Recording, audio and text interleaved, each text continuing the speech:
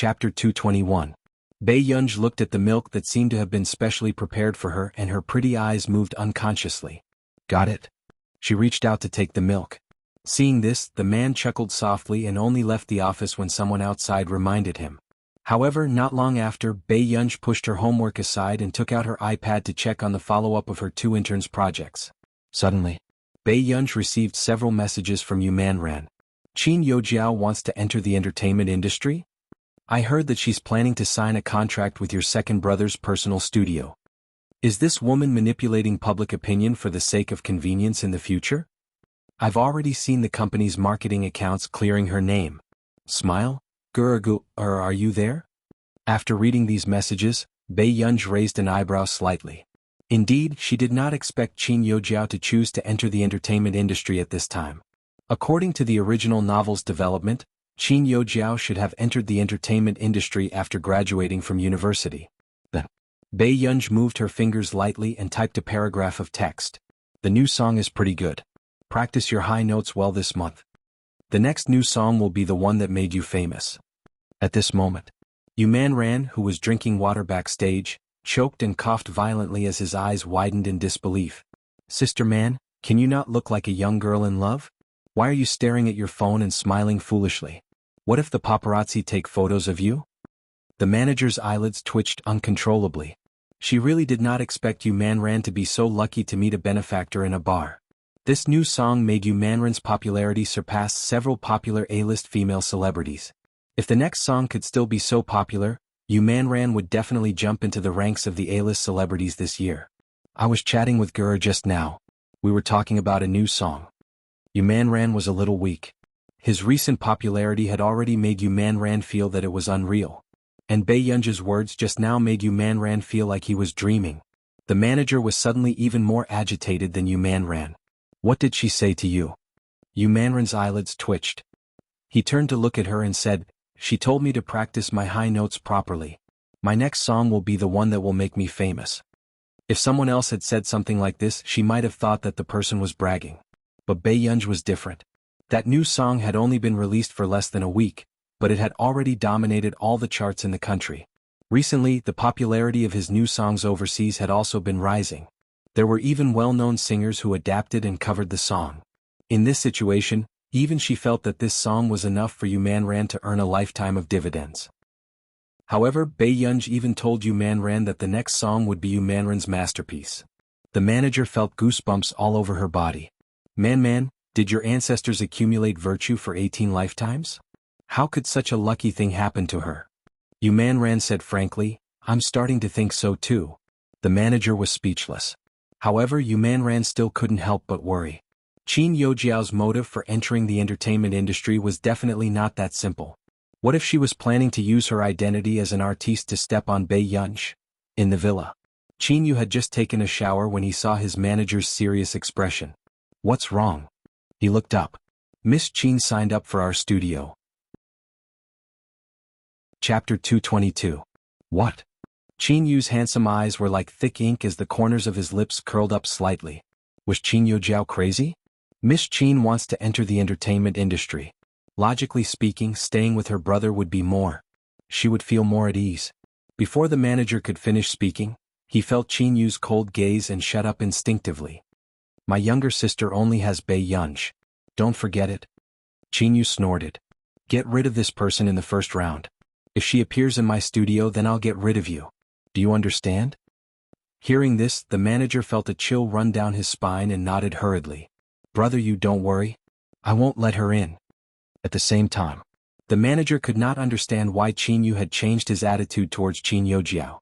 In the past, although Qin Yu did not come home often, it was obvious that he doted on Qin Yojiao. However, what he was sure of now was that the newly returned Miss Pei had completely become the person Qin Yu was most nervous about. At the whole corporation, Bei Yunj twirled the pen in her hand and slowly did her homework. Suddenly, the door was pushed open gently and a coquettish voice sounded. Is Assistant Seng here? Bei Yunj did not even look up as she said casually, no. However, hearing the reply, the smile on the female secretary's face froze. It was obvious that she did not expect there to be a woman inside. She had been in the company for almost 3 months and had found out that President Huo was not close to women. Even the staff around him were all men. But what was with this voice in the office? After some thought, the female secretary could not help but push the door open and enter. But what he didn't expect was to see a bright and beautiful girl sitting by the coffee table doing her homework. She was stunned for a moment before she smiled and said, "Are you President Hua's younger sister?" Bei Yunji's pen stopped. She did not expect her to come in. Her red lips curved and she looked even more charming, but her words were ambiguous. "If that's the case, then you can say so." These words made the female secretary's smile freeze. What did this girl mean? Alarm bells rang in the female secretary's heart. Did President Hua agree to miss being here? The female secretary seemed to treat herself as a regular here. At this moment, Bei Yunji didn't answer her question. She just bit her straw and wrote the question slowly. However, seeing that Bei Yunji didn't say anything, the secretary thought that Bei Yunji was guilty. "Little girl, are you President Hua's friend's little sister?" The female secretary was a little smart. She knew that Bei Yunji wouldn't be able to enter this office building if she didn't have a high status. "But little girl, you probably don't know that President Hua doesn't like women in his office," the female secretary said again. Upon hearing this, Bei Yunji looked up and sized her up. The female secretary was wearing a suit skirt that was cut short to her thighs. Her legs in black stockings were especially sexy. "So, shouldn't you go out?" Bei Yunji raised her eyebrows and looked at her calmly. There was no warmth in his eyes, which inexplicably made the female secretary a little flustered. "I'm here to look for Assistant Zheng. I have some work matters to hand over. On the other hand, isn't it inappropriate for Miss to be doing homework here? Why don't I bring you to the reception room?" Chapter 223. Bei Yunji glanced at this troublesome woman and then glanced at the phone screen. "They will be back in 3 minutes. Why aren't you leaving?" "Miss, please come out with me. As an employee, I have to do my best for my boss." The female secretary did not believe that this girl really knew when Master Du would be back. If he really came back in 3 minutes, would she dare to sit here? "What if I don't go out?" Bei Yunji leaned lazily against the sofa. Her black curly hair was spread out casually, but her eyes were soul-stirring. Even as a woman she could feel how seductive this girl was. The female secretary gritted her teeth and deliberately scared her. "Miss, you don't want me to ask the security guards to ask you to leave, do you? A young lady with such a good family background should be the most afraid of losing face." "Miss Secretary, did you misunderstand something?" Bei Yunji suddenly smiled. Hearing this, the female secretary could not help but walk towards Bei Yunji. She thought that Bei Yunji was afraid and was about to give in. "What did you misunderstand?" The female secretary waited for Bei Yunji to explain clearly. Unexpectedly, Bei Yunji suddenly stood up. Bei Yunji leaned close to her ear and said in a clear tone, "I'm not your president's sister. I'm his child bride." Hearing this, the female secretary's legs almost went weak. She had heard that many wealthy families groomed outstanding wives for their heirs. But in this era very few people did so. Then, before the female secretary could retort, the man's light voice suddenly sounded from the door. "Yinyun, what are you doing?" Huashidu had just pushed open the door when he saw this young lady's eyes crinkling. He did not know what she said to the woman beside her, but that woman's expression changed drastically. This child was making a fuss again.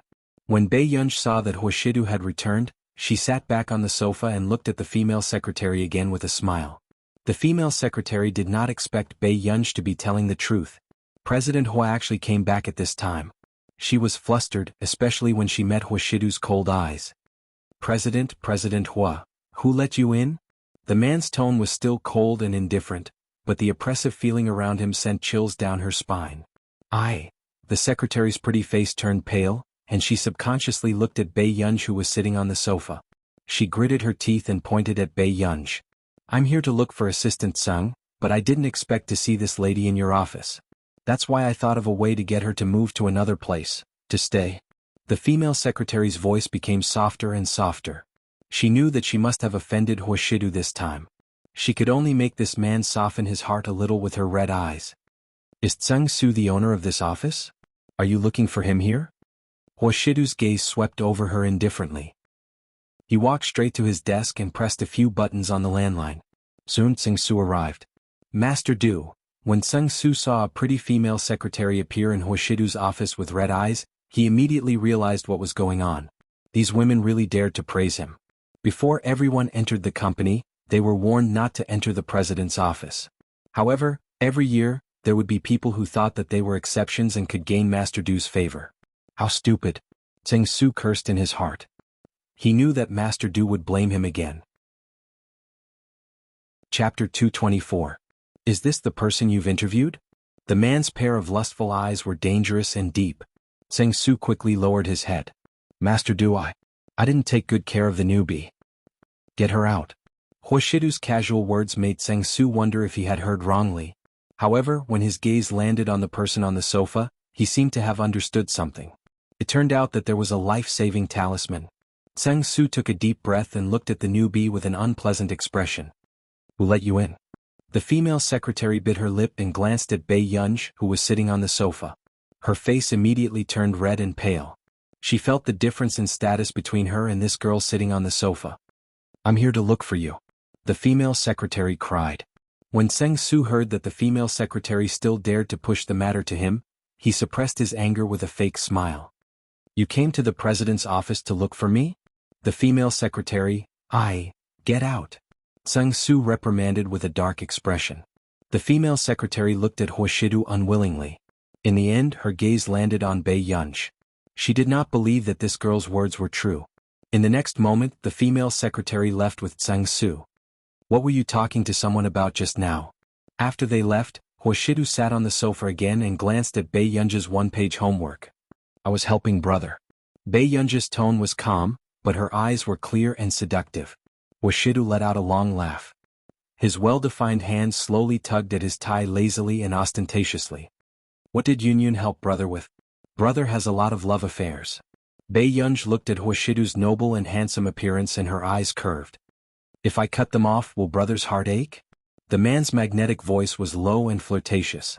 He pinched Bei Yunj's face casually. How would I dare, little kid? There was a hint of indulgence in his casual flirtatious tone. The only thing Bei Yunj could see was the mole on the tip of her throat. She was emboldened. Brother, come closer. Let's discuss something. What is it? Huashidu's eyes were faint, but the corners of his upturned eyes were charming. When he lowered his eyes, his posture was so intimate and sexy that it made people blush. In fact, on the way, Tseng Su told him about the little guy's parent-teacher conference. However, at this moment, Huashidu looked at Bei Yunj in front of him thoughtfully, as if he was thinking about something. Brother, seeing this, Huashidu raised his eyebrows. He did not expect Bei Yunj to be so hesitant because of the parent-teacher conference. However, Huashidu soon realized that this young lady was clearly so bold that she was not afraid of the consequences. Suddenly, her fair and slender hand directly touched the mole on the man's Adam's apple. Huashidu's gaze quickly turned dark and aggressive. He immediately grabbed that lawless hand. Bei Yunj saw the mole move along with the man's sexy Adam's apple. It made her heart tremble. Then she looked up and sensed a dangerous emotion in the man's eyes. It was almost indiscernible. Bei Yunj? She had gone overboard. The man licked his thin red lips, his gaze fixed on her. His low and hoarse laughter tickled her eardrums.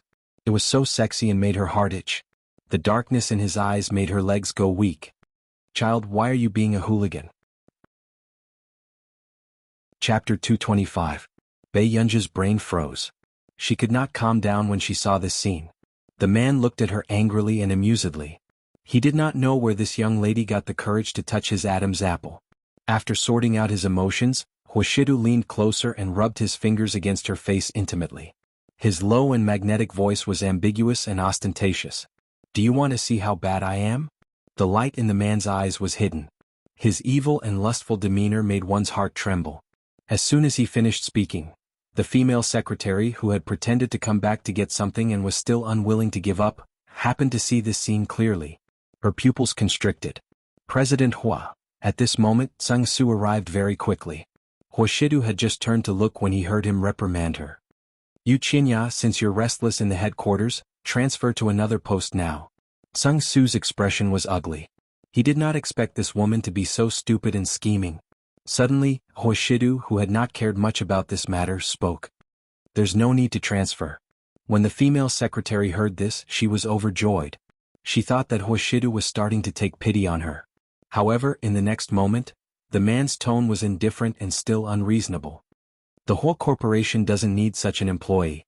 In an instant, the female secretary's face turned pale. She did not expect to end up in an even worse state. President Hua, I am just here to look for something. The female secretary was incoherent and felt cold all over. She did not expect Huashidu to fire her directly. Sung Su, are you taking the company's year-end bonus to retire in the company? The man sneered. Sung Su. Master Du, I was wrong. I'll deduct this year's year-end bonus. If there are any employees who don't abide by the dress code next time, they will all be fired. Huashidu's heartless words made Sung Su's scalp tingle. Yes, Master Du, please continue with your work. I'll handle the rest. After speaking, Sung Su glanced at the female secretary bitterly. He was prepared to transfer this group of slightly good-looking people who wanted to seduce the president. He wanted to prevent all actions that would harm his year-end bonus next year. After Sung Su sent them away, Bei Yunj watched as Huashidu walked to his desk and prepared to work. She could not help but ask, "Brother, are you angry?" Hearing this, Huashidu glanced at her slowly and did not say anything, so that she wouldn't dare to touch anyone's Adam's apple in the future. Brother? At some point, Bei Yunj had dragged a chair and sat across from him. She rested her chin on her hand and smiled as she watched Huashidu review the documents. Bei Yunj leaned on the desk again and said with a smile, "Brother, but I don't have an Adam's apple for you to touch." The man's strokes were smooth and flowing. Suddenly, Bei Yunj's red lips curled up again. There seemed to be light in her eyes and her clear voice sounded like it could melt one's bones. Brother Shidu, the elegant and noble man's upturned eyes narrowed, but the ink in his hand was dizzy and almost fell. He slowly raised his eyes and looked at the little girl who was about to turn into a spirit.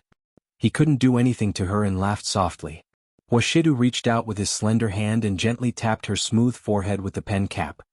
His seductive and magnetic voice was filled with a smile as he casually imitated her tone. Don't be coy. Brother Shidu can't take it. This seductive look was simply too alluring. Even Bei Yunj's heart beat faster when she saw this scene. She suddenly stood up, turned around, and walked to the coffee table to do her homework. Chapter 226. Seeing that the girl did not even raise her head, Huashidu smiled silently and continued to read the documents in his hand. The next day, Chu Zhixing held the handwritten translation document in his hand and took a long time to confirm that this was the translation of his application instructions. In the entire class, only Bei Yunj knew that he was going to write this. However, what made Chu Zhixing incredulous was that this time, he had written a lot of medical terms in the instructions seriously. Bei Yunj was actually able to complete this instruction in school. It did not seem to have taken much time. Chu Zhixing suppressed the surging emotions in his heart and thought of Bei Yunj's foreign language marks. With such a level of translation, how could it only be 87 marks? Instantly, Chu Zhixing felt that he seemed to have unknowingly found out something incredible again. They were still in math class. The teacher slammed the podium and woke up the students who were sleeping. Why aren't you listening to the test paper this time? You're at the bottom again, your class is at the bottom again. It's 10 marks lower than the average score of class 6. The math teacher was furious and pointed at the fill-in-the-blank question on the paper. The marking teacher said that only one person in the entire grade got the third question of the fill-in-the-blank question right. Don't you know the difference? Suddenly, Lu Yuanxi said faintly, "It's luck." Luck. Then why didn't such a good thing happen to you? The math teacher hated the students in this class the most. They thought that they had a good family background and did not need to study seriously. Each one was more useless than the other. It didn't happen to me, but it didn't happen to my desk mate. Lu Yuanxi glanced at Bei Yunj, who only got the 3 fill-in-the-blank questions right, and his gaze became even more distant. He scored 28 marks in math, and Bei Yunj scored 30 marks. This fill-in-the-blank question was worth 2 marks each. The math teacher was speechless. The other students could not hold back their laughter. No way, right? No one in class 1 and class 2 got it right, but someone in our class got it right. The boy's tone was exaggerated. Sometimes luck can really cause a gap. This chorus almost made the math teacher's face turn green. In the back row, Lu Yuanxi whispered, "This might not be luck." If one were to take a closer look at Bei Yunj's test papers, one would realize that Bei Yunj's test papers only had 8 correct answers and 2 correct fill-in-the-blank questions. The scribbles at the back were all wrong. Only the chemistry teacher was soft-hearted and gave Bei Yunj 2 points for her hard work. So what if you got this question right? Can someone from your class get full marks for the college entrance examination? The math teacher slammed the table. Subsequently, amidst the silence, Chu Zhixing muttered again for some reason, "It's not impossible." Everyone, Ever since Chu Zhixing started hanging out with Bei Yunj, not only did he dare to scold his classmates, he even dared to scold his teachers now. Bei Yunj was really something. However, everyone thought about it and realized that Chu Zhixing wasn't wrong. Chu Zhixing only lost 2 marks on his math paper. Bei Yunj was the only one who scored on the 3rd question. Thinking about it, this was the only question Chu Zhixing didn't answer correctly. The math teacher's face darkened. Chu Zhixing, don't, suddenly. Bei Yunj suddenly curled her lips and clapped. Her voice was lazy. Well said. After that, Lu Yuanxi also clapped very respectfully. Even the classroom was filled with applause. Those who didn't know better would think that they were carrying out some mysterious and grand ceremony. Chapter 227. Seeing this situation, the mathematics teacher swallowed the words that he was about to say to Chu Zhixing. Immediately, he looked at Bei Yunj with an ashen face and said in a cold voice, Bei Yunj, don't think that. Thank you for teaching me well. Otherwise, how could little Chu be so courageous? This applause is for you. Please keep up the good work. Bei Yunj's appearance was languid, but her clear eyes only made people feel that she was sincere. The mathematics teacher was about to scold her when he forcefully swallowed back his words. His face turned green and red. In the end, he could only take a deep breath and say, continue the lesson. Seeing this scene, many students looked at Bei Yunj with admiration. A refined person was really different. However, Lu Yuanxi glanced at Bei Yunj. How could he not know that she was trying to protect Chu Zhixing? The mathematics teacher had a bad temper and liked to taunt his students. It was said that the last batch of students he taught almost committed suicide because of this. After school, Bei Yunj received a phone call. Unexpectedly, the person who called her was the director of Yunqing Hospital. Miss Pei, there's something I have to tell you. Your family has invited Dr. Fang Gishing to come over for treatment. Do you know about this? The director asked carefully. He did not forget that Zhong Xinglin had said that his security system, which had been modified by Bei Yunj, was worth more than 10 million yuan. He should indeed tell Bei Yunj about this. What? The light in Bei Yunj's eyes suddenly turned cold. Didn't they say that that person did not leave the city at will? That was why Mother Qin had persuaded old Master Qin to go to the neighboring city for the surgery. It seems that your mother gave him an expensive consultation fee, so Dr. Fang made an exception and came here. The director paused and said, however, you don't have to worry too much. Dr. Fang is indeed an expert in this field. When did he go over? The director said, yesterday. The surgery was scheduled for tomorrow. Bei Yunj's eyes flashed coldly, and his indolent tone also turned cold. Dean, can I trouble you with something? Miss Pei, please speak your mind. Naturally, the hospital director did not want to offend someone like Bei Yunj. To have such achievements at such a young age. If he were to grow up in the future, he would definitely amaze everyone. Don't let Dr. Fang perform the surgery. Bei Yunj's tone was neither fast nor slow. However, when the director heard this, he almost couldn't react. Miss Pei, he is one of the top experts in the country. The hospital director could not figure out what Bei Yunj was thinking. Since Bei Yunj had dealt with the anti-fan personally for old Master Qin's sake, she was definitely not someone who did not care about old Master Qin's life. I know, but my father's life is too precious. I can't accept any accidents. Bei Yunj smiled, but there was no warmth in her eyes. Tomorrow the doctor I arranged will contact you and prepare for the old man's operation. It took a while for the president to react. Okay. I will listen to Miss Pei. After hanging up the phone, the hospital director was in a daze for a long time. He could not understand why everyone in the Qin family thought that Bei Yunj was ignorant and incompetent. However, what made him even more emotional was that old Master Qin, who had dominated the business world for so many years, was actually willing to put his life in the hands of a young girl. Chapter 228. After that, Bei Yunj called old Master Qin again and told him not to accept other surgeries. Old Master Qin, who loved his grandson as much as his life, naturally agreed without hesitation. In the evening, after Stephen saw Bei Yunj's message, he called. Yunj? What happened? Someone found a doctor for my grandfather. The moment Bei Yunj said this, Stephen's temper rose uncontrollably. He chuckled in disbelief. In this day and age, there's actually someone who dares to snatch patients from me? I might need you to talk to the director of the hospital tomorrow so that they'll be more assured. Stephen replied, no problem. I'll get my assistant to contact that hospital then. Alright. Don't worry, Yunj. I'll be able to go to Yunqing this Saturday. So soon. Bei Yunj was a little surprised. There happens to be an academic lecture. The higher-ups want me to come into contact with the new talents in your country. Stephen was smug. Wasn't it just a medical dispute with some stinky money? Did he really think he could do anything to him? At the mention of this, Bei Yunja's lips suddenly curled up. Okay, then I'll see you on Saturday. After hanging up the call, Stephen was elated and was already typing a message, planning to provoke Marcus. He asked him to sign Bei Yunj and he kept showing off. In the end, he was still the first to see Bei Yunj.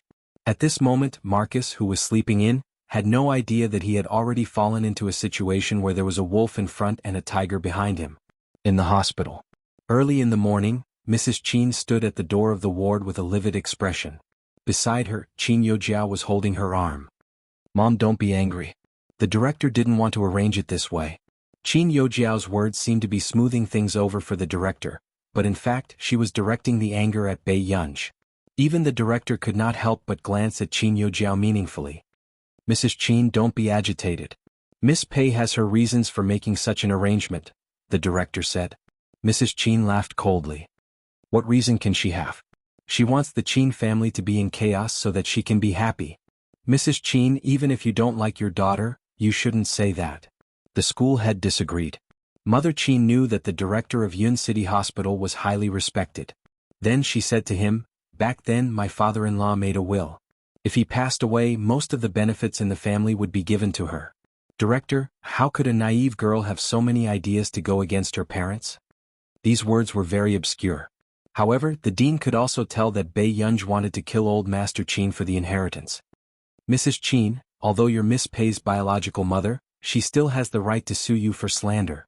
The head of the hospital's expression turned cold and this tough attitude stunned Mrs. Qin and Qin Yojiao. Bei Yunj had only met the director a few times. Why was even the director blindly helping her?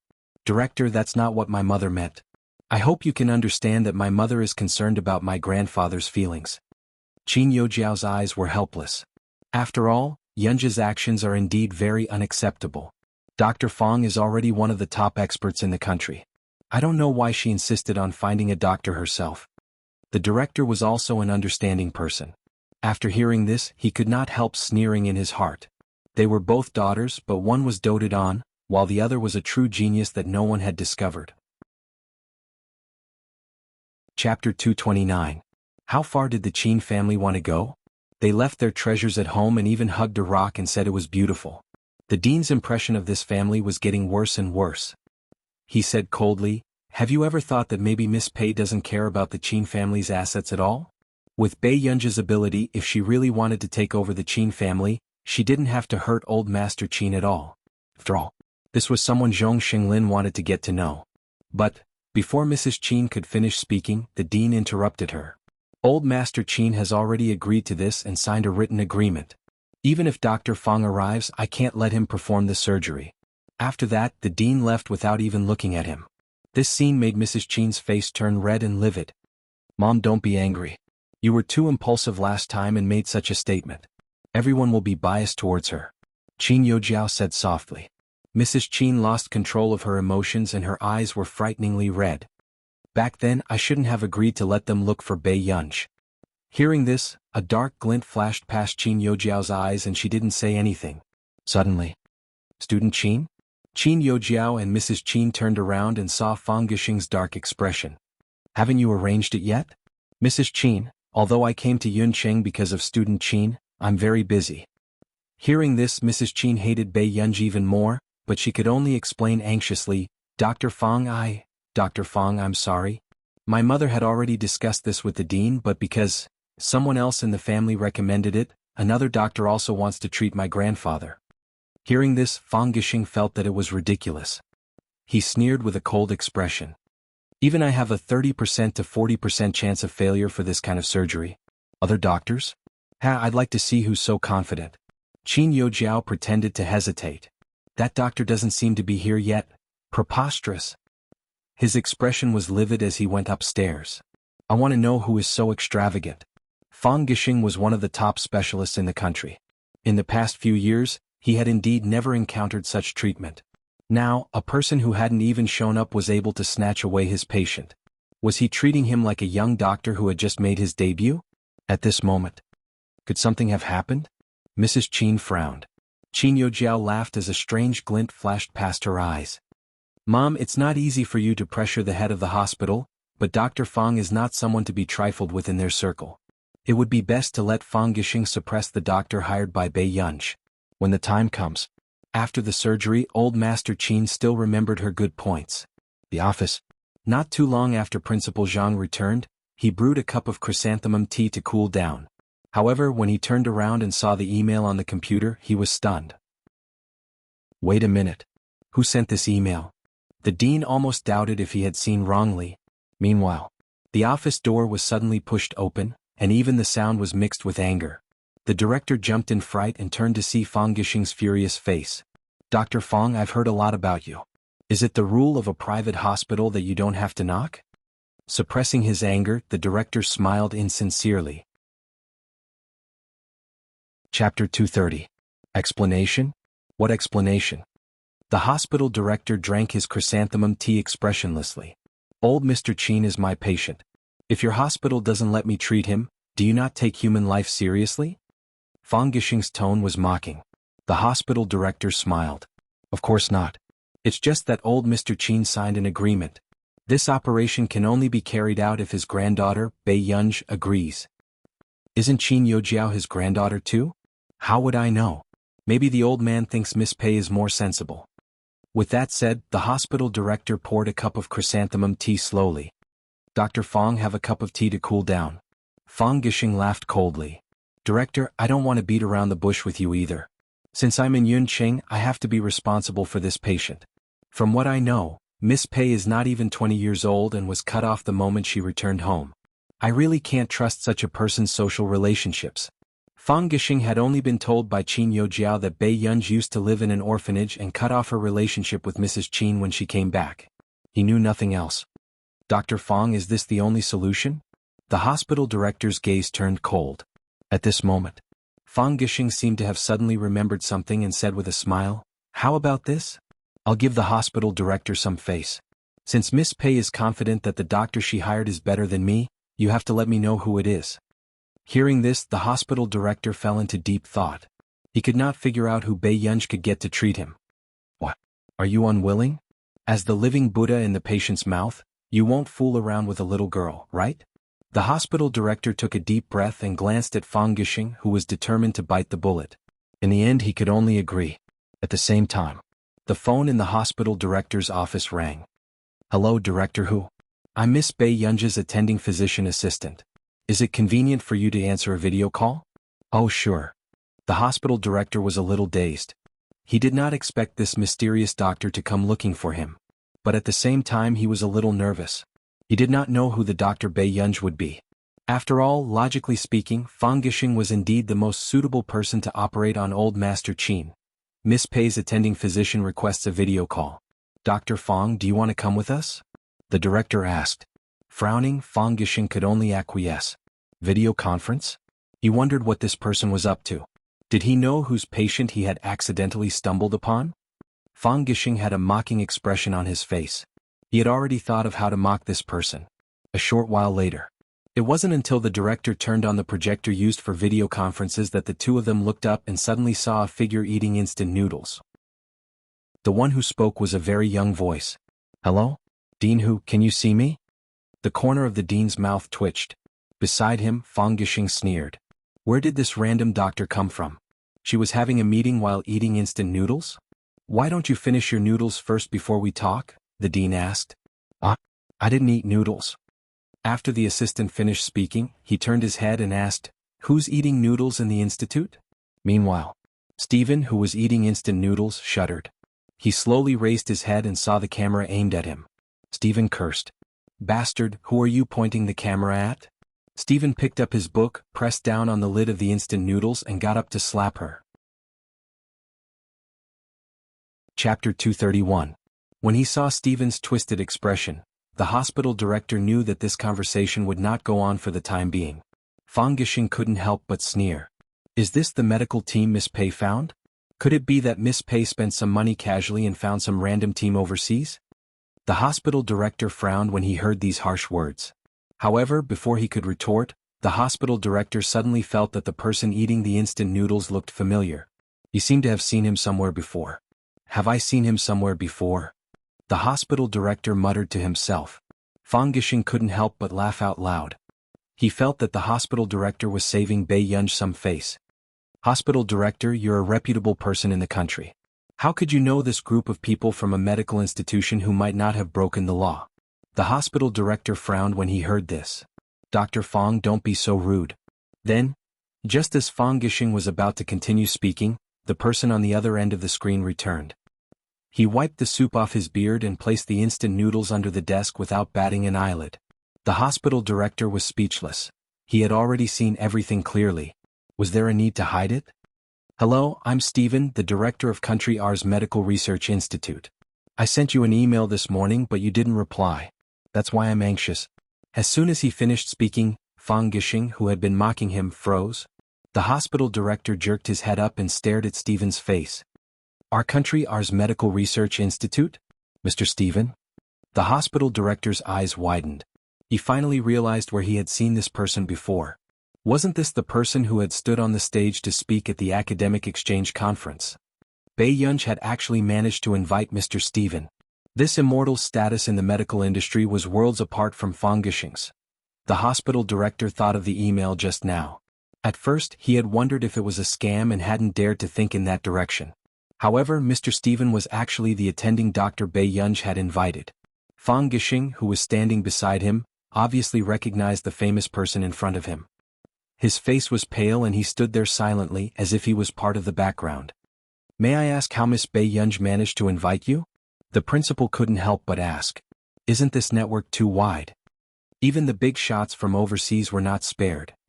It's mainly because my old friends introduced me. Stephen was obviously very happy at the mention of Bei Yunj.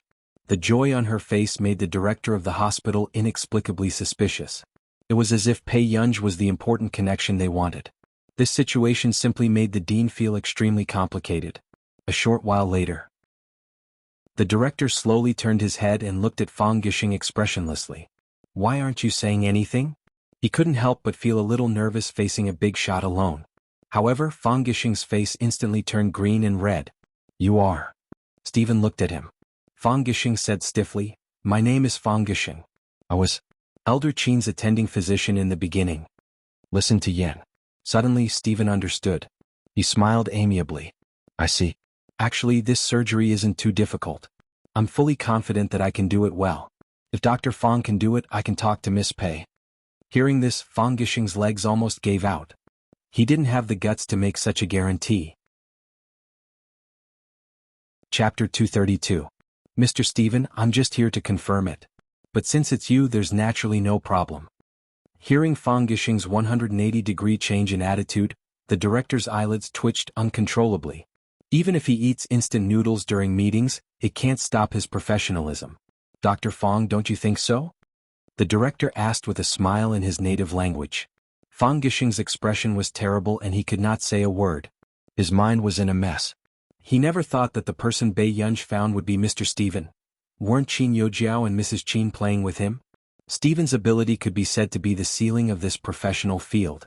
In the end, this mother and daughter pair still dared to come to him for treatment. Did they want to see him embarrass himself on purpose?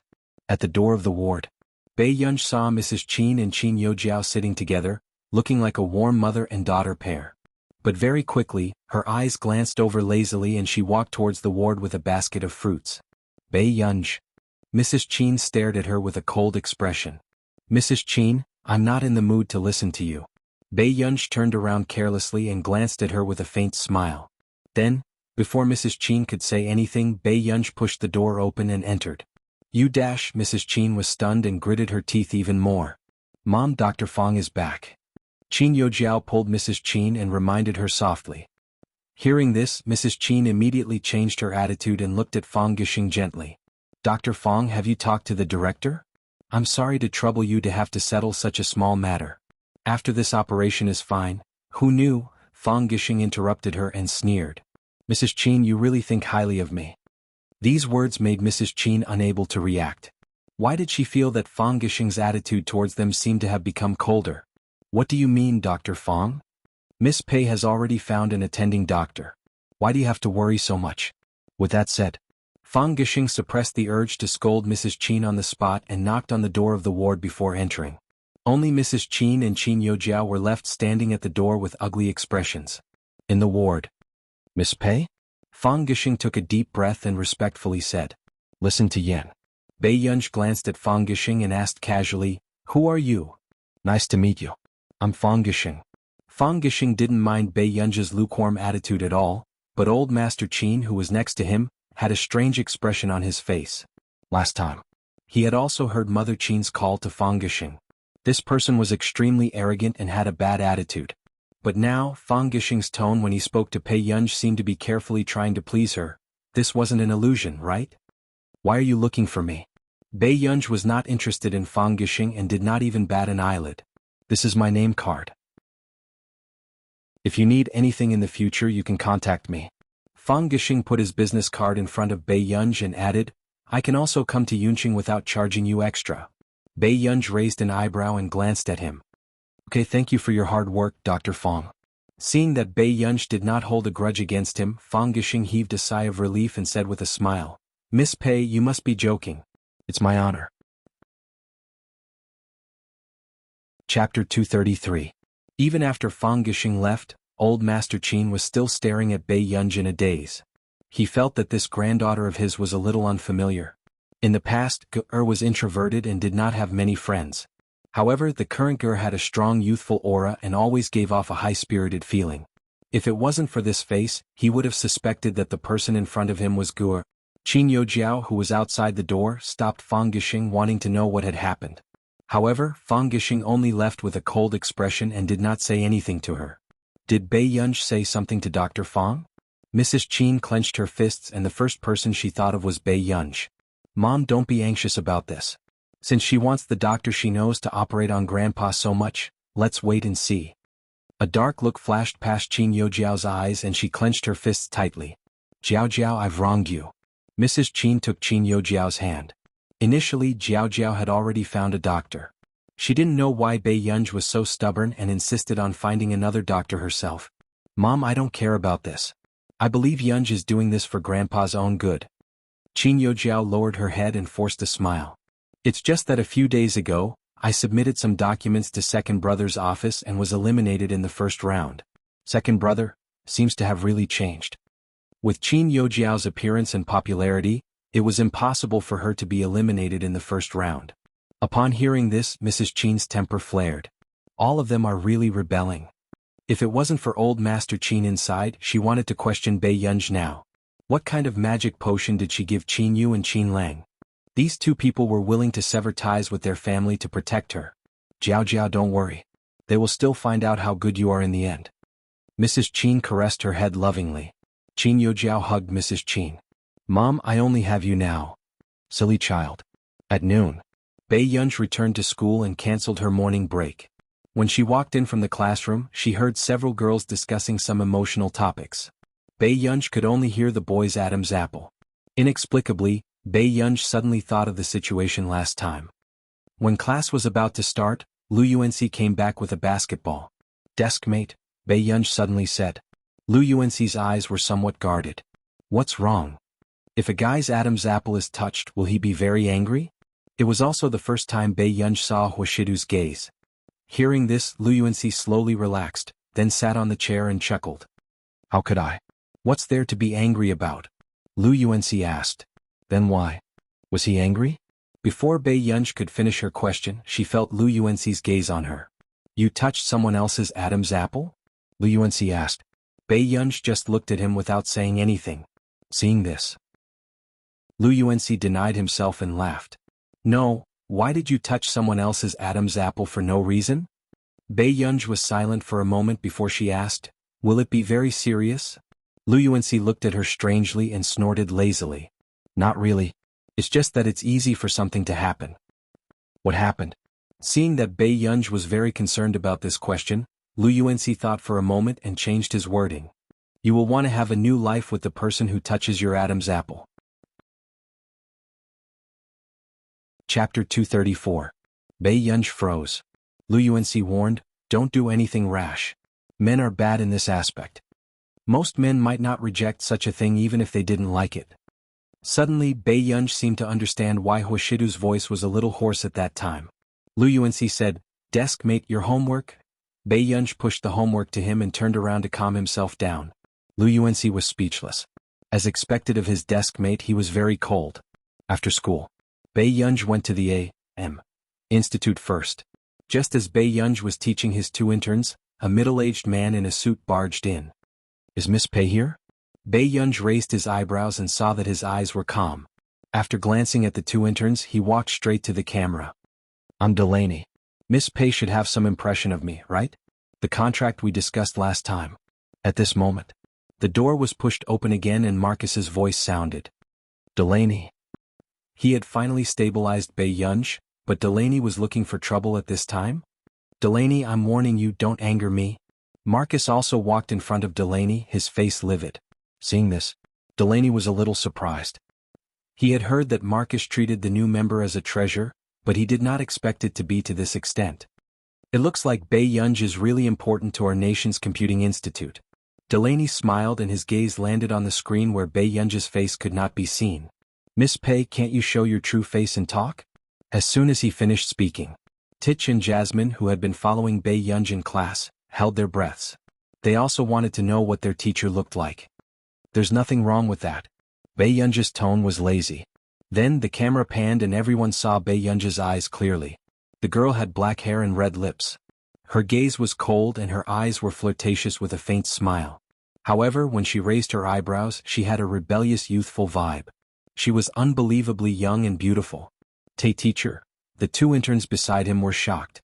Their teacher was actually so young? He was too good looking. "If you want to sign the right to use it, look for Marcus to draw up a contract." Bei Yunj said indifferently. "Are you Miss Pei?"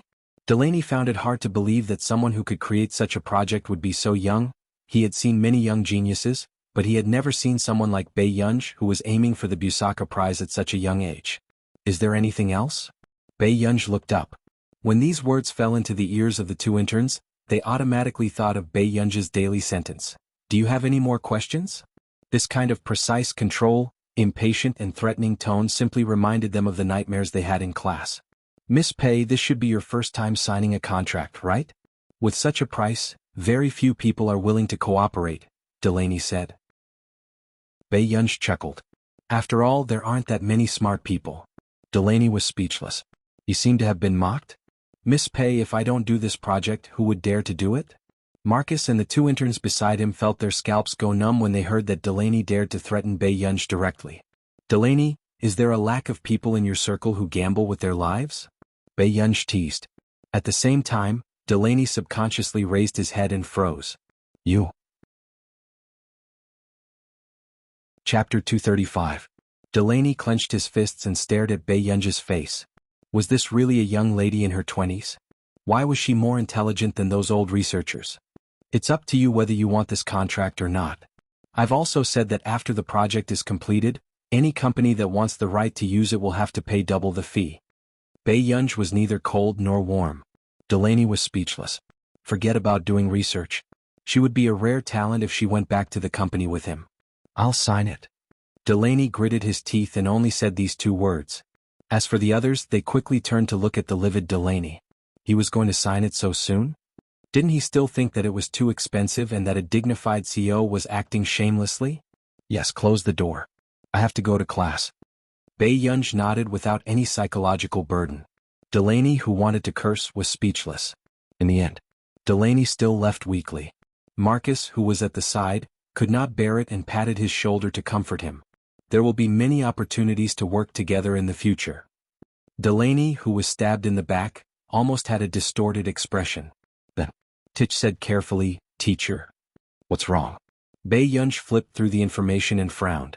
Why did he take so long to explain such a small amount of content? "That Delaney just now is my father." Tich braced himself and admitted. Bei Yunj paused and looked up at him. "You want to go home with him?" Tich shook his head frantically. No. Teacher, I wanted to come to the research institute myself. I was afraid that you would feel pressured." Tich's voice became softer and softer. What if the teacher thought that he was here to be a spy? Bei Yunj did not even raise his head. Pressure? Write fewer strange reports and hand them to me. I'll feel less pressure. Titch was speechless. Jasmine was speechless. Sorry, it was their fault. All right, let's continue with class. She glanced at them with a deep gaze. Bei Yunj felt that he was still too young and had not suffered the hardships of society. He actually agreed to Marcus's request to teach an intern and Marcus's little niece. At night, Bei Yunj came back late and did not see the man. Normally Bei Yunj would have asked Auntie Meow first. But now, when Bei Yunj thought about touching his Adam's apple, she did not know how to face Washidu. Bei Yunj, what a bad move. She calmly took a deep breath and went upstairs. In front of the desk, Bei Yunj casually combed her black hair with a pen. Only a small strand of hair was left in front of her ears. How would I know that there was such a thing? Bei Yunj couldn't help muttering to herself as her slender fingers twirled the pen. But in the end she still touched him. An hour later, Bei Yunj went downstairs to get some water. She didn't expect to see the man standing sideways at the long table pouring water. Brother? It was Bei Yunj's first time seeing Hwashidu wearing a black cotton shirt. It was very textured. The shirt was neatly tucked into his suit pants. His shoulders were wide and his waist was narrow. His long legs were too abstinent. However, at this moment, the man's eyes were deep. His posture was lazy and sexy. The 2 buttons on his collar were loose, revealing his exquisite collarbone. His entire person was lustful and frivolous. It was simply a criminal temptation. Chapter 236. Why was his hair wet? Bei Yunj saw that Hwashidu didn't say anything and looked at him again. The man's gaze was different too. The light in his eyes was completely hidden. It was ambiguous and dark, as if he was blatantly seducing her. Bei Yunj's gaze seemed to have been burned. She quickly looked away and asked, "Why is your hair wet? Did you drink?" He still smelled of alcohol. Bei Yunj frowned unconsciously and suddenly remembered something. The last time at the Qin family's old residence, Hwashidu seemed to have smelled of alcohol too, and he looked a little strange. Could it be that he couldn't drink? Don't tell me you fought with someone? Bei Yunj's beautiful eyes moved. Before she could finish speaking, the man suddenly leaned closer. He leaned over and looked straight at her. He said casually, "It's little Yun Yun." Bei Yunj's heart suddenly beat faster when she was suddenly stared at like that. Forget it. Bei Yunj didn't intend to ask further. She pulled the man's sleeve and wanted to bring him upstairs. Who knew? The man suddenly grabbed her wrist with one hand and leaned lazily on the long table. He reached out to her head again. "You." Before Bei Yunj could finish speaking, Hwashidu suddenly took off the fountain pen that was coiled around Bei Yunj's hair. At that moment, Bei Yunj's black hair scattered, but her sparkling eyes were staring at him. The man seemed to be in a good mood. His eyes darkened even more, and his magnetic and pleasant laughter sounded in a low voice. "Call me brother and I'll return it to you." Bei Yunj looked at his wet hair and said gently, "Are you going to take a shower later?" Suddenly, Bei Yunj was gently knocked on the head. "You only want to take advantage of me all day long?" The handsome and noble man's posture was light and lazy. His voice was long as if he wanted to seduce her. Bei Yunj was speechless. Hence, Bei Yunj's good temper in her life was almost used up today. In the bedroom, after Bei Yunj blew Hwashidu's hair, she could tell that Hwashidu's voice was a little hoarse and magnetic. It seemed that he had caught a cold. He didn't know what was going on today. Bei Yunj recalled the scene just now and her eyelids twitched. "Brother, why do you like to bully people after drinking?" The man didn't answer. It also attracted Bei Yunj's attention. "Brother, I'll get you some hot water to take a bath. Don't go out." Bei Yunj softened her tone again. "You've caught a cold. You have to get better soon, right?" The man's eyes fell on her without an inch of avoidance. Seeing her bright eyes looking at him, his eyes unconsciously darkened. "Yes." Hwashidu's voice was low and magnetic. Seeing this, before Bei Yunj could breathe a sigh of relief, she suddenly heard a voice coming from downstairs. It was very light, but it gradually became clear. "Shidu? Shidu?" Old Madame Hua must have gone upstairs. When Bei Yunj heard this, she was about to walk out of the door when she suddenly remembered that this was Hwashidu's bedroom. Bei Yunj was speechless. At this time, if she went out, old Madame Hua might get engaged to her brother at the end of the year. Thinking of old Madame Hua's urgent mood, Bei Yunj felt that she could not let old Madame Hua see her in the bedroom. However, she did not know what would happen if she left Hwashidu alone here. Bei Yunj turned her head and looked at Hwashidu for a long time. She only thought of one idea. After the old madam went upstairs, Chapter 237. Alas, let's go find sister. Mo pulled Alas and discussed in a childish voice. Alas tilted his head as if he didn't understand anything and just circled around his little master. Grandma, I'm going to find sister. Mo held Alas's hand and said happily. Go go. Old Madame Ho frowned. After turning on the lights, she only saw the hairdryer on the table. She muttered to herself, why isn't he here? He should have just come back. Old Madame Ho muttered in the bedroom and walked around. At this moment, Bei Yunj was huddled in the corner of the closet. Her entire body was a little stiff, but she couldn't move for fear of being discovered. The more she thought about it, the more she couldn't understand what the person who hid in the closet was thinking. Wasn't he sullen? Until Bei Yunj's ear suddenly felt an itchy heat. The man's low and magnetic voice was lazy and sexy. It made her ears burn. Yun, sit on brother's lap. Bei Yunj's entire body froze, and her heart beat uncontrollably fast. Brother you, before Bei Yunj could finish speaking, the man suddenly pulled her over. Her whole body was trapped in his arms, sitting on his lap. The pleasant cold fragrance around her was mixed with the smell of alcohol. The quiet and secluded space was filled with a sense of taboo. Before she could break free, she heard a low laughter in her ear again. It was ostentatious and ambiguous, making one's heart tremble. Yun, do you want brother to recover faster from his cold? This time, all of Bei Yunj's calmness and self-control were shattered. This man today was simply asking for her life. Not long after, Mo returned. Grandma, sister isn't here either? Mo pursed his lips and said. It wasn't easy for him to come and see his sister. All right, baby. Maybe your brother took sister Pei out to play. Old Madame Ho coaxed. Let's go back first, okay? But I want to wait for sister. Mo hesitated. Suddenly, Alas broke free from Mo's hand and ran towards the closet. He held a floral ribbon in his mouth and pulled it out happily. It was as if he had discovered something incredible. Inside the closet, Bei Yunj's eyelids twitched. She could only take a deep breath and take off her coat. She was completely unaware that in this narrow and dim environment, the man's eyes fell on her without hiding anything, and his eyes gradually darkened. Mo, what is Alas talking about? Old Madame Ho was puzzled. I'll go take a look. Mo quickly ran over and found that Alas was pulling a floral ribbon.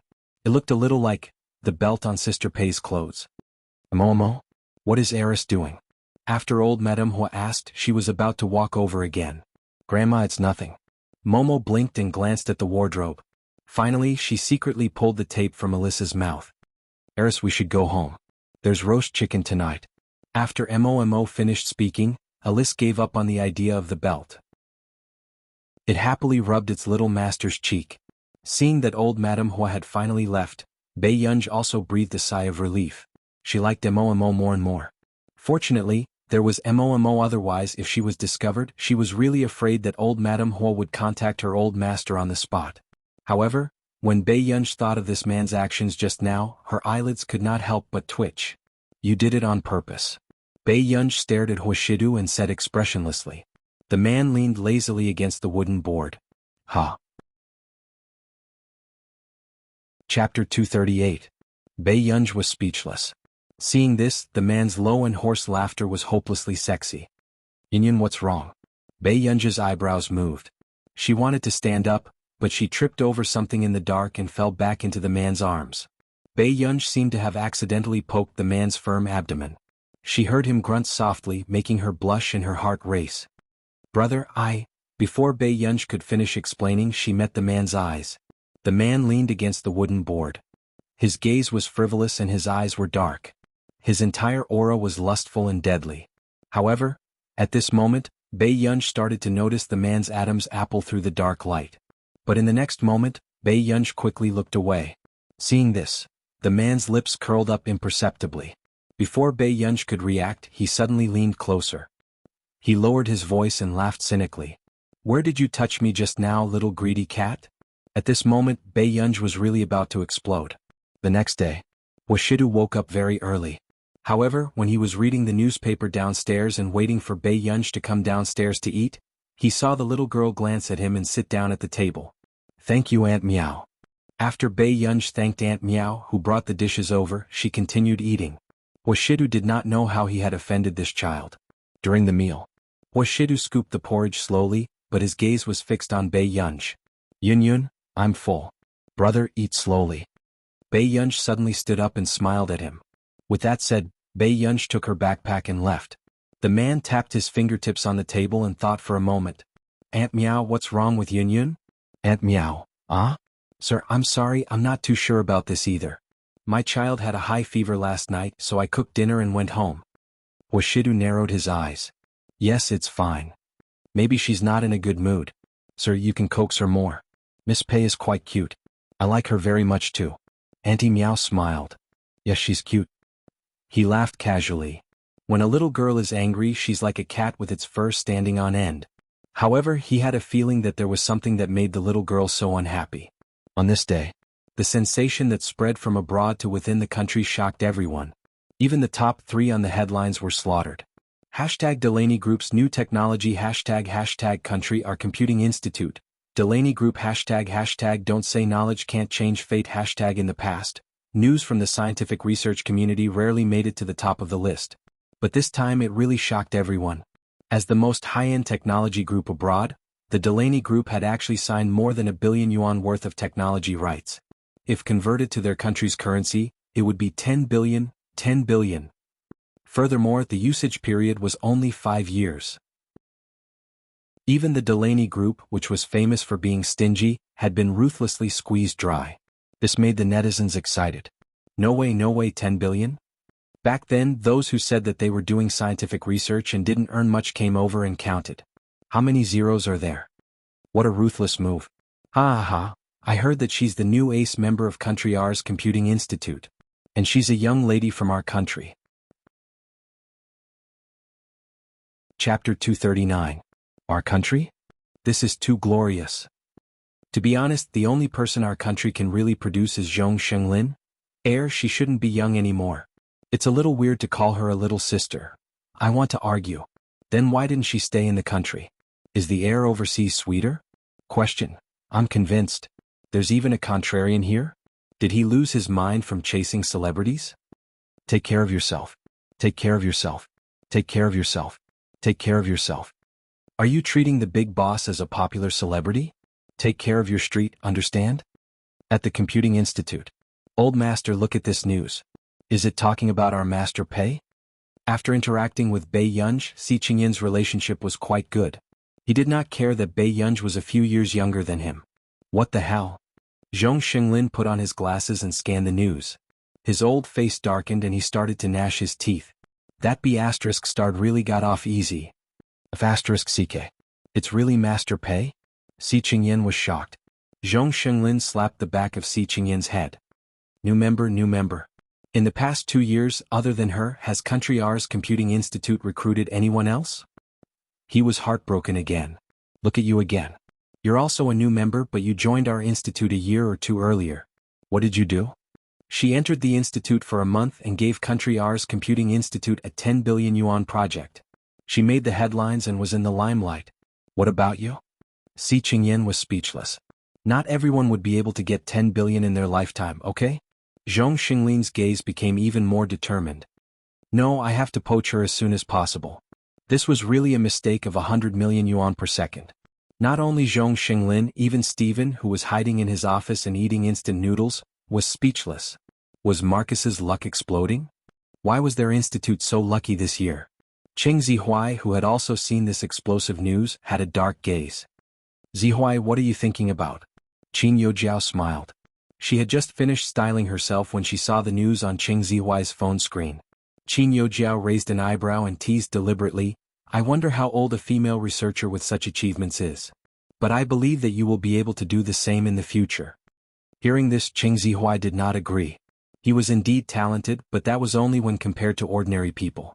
The ace member of the Computing Institute of Country R was one of the rarest of geniuses. There was no way she could be compared to her.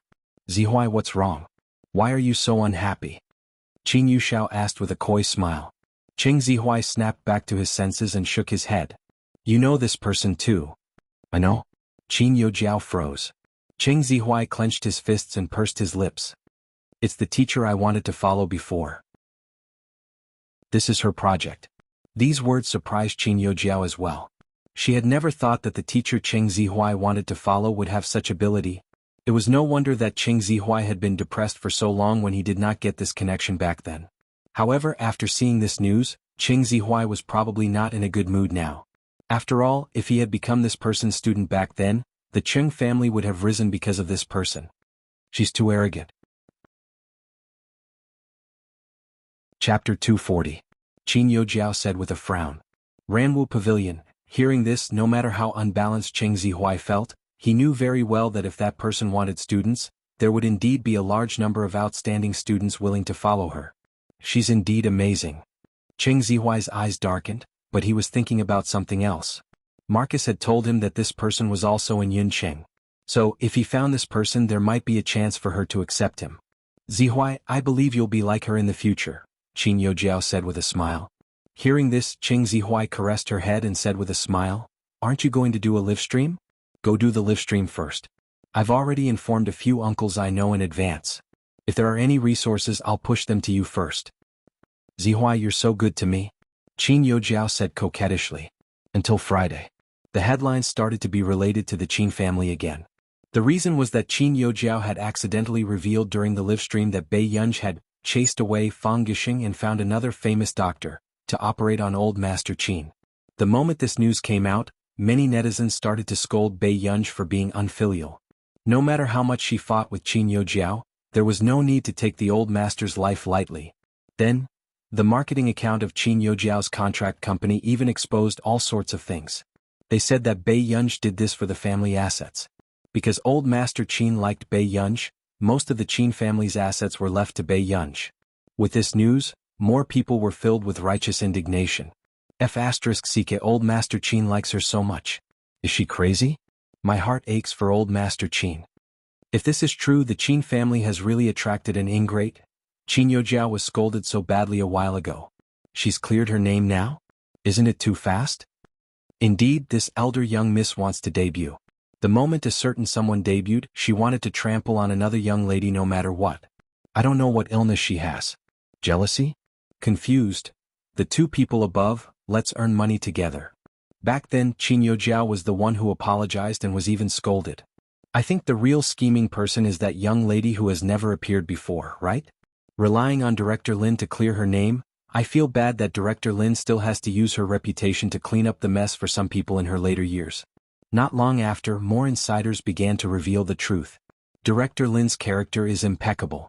However, if some people did not want to learn well, it would be useless even if the Daluo Immortal personally taught them. She's the daughter of Director Lin, but she's actually at the bottom of the level. Qin Youjiao is already second in the level. Gradually, the public's impression of Bei Yunj began to decline. In the office. Jiao, the company has already arranged for someone to follow Bei Yunj. When the time comes, we will be able to get a picture of who she invited for the surgery. But are you sure that she won't hire any experts? The manager asked with a smile. Qin Youjiao drank the black tea and smiled at her. Are you sure that there's someone in the country who's better than Fang Gixing in this aspect? Although she did not know why Fang Gixing had left in anger, this might be because Bei Yunj had played some tricks. That's good. As long as you trample on her, your image as a young lady will be stable. Hearing this, the smile on Qin Youjiao's face froze. The word, image, had hit her where it hurt. Her eyes darkened as she pursed her lips. The young lady of the Qin family did not need Bei Yunj's existence. She would make this person disappear. Same as the Almighty. Chapter 241. However, Calligraphy Pavilion. More good. What made Qin Youjiao even more uneasy was that she seemed to be the only one in the entire industry who knew that Yu Manran was actually the eldest young lady of the Yu family.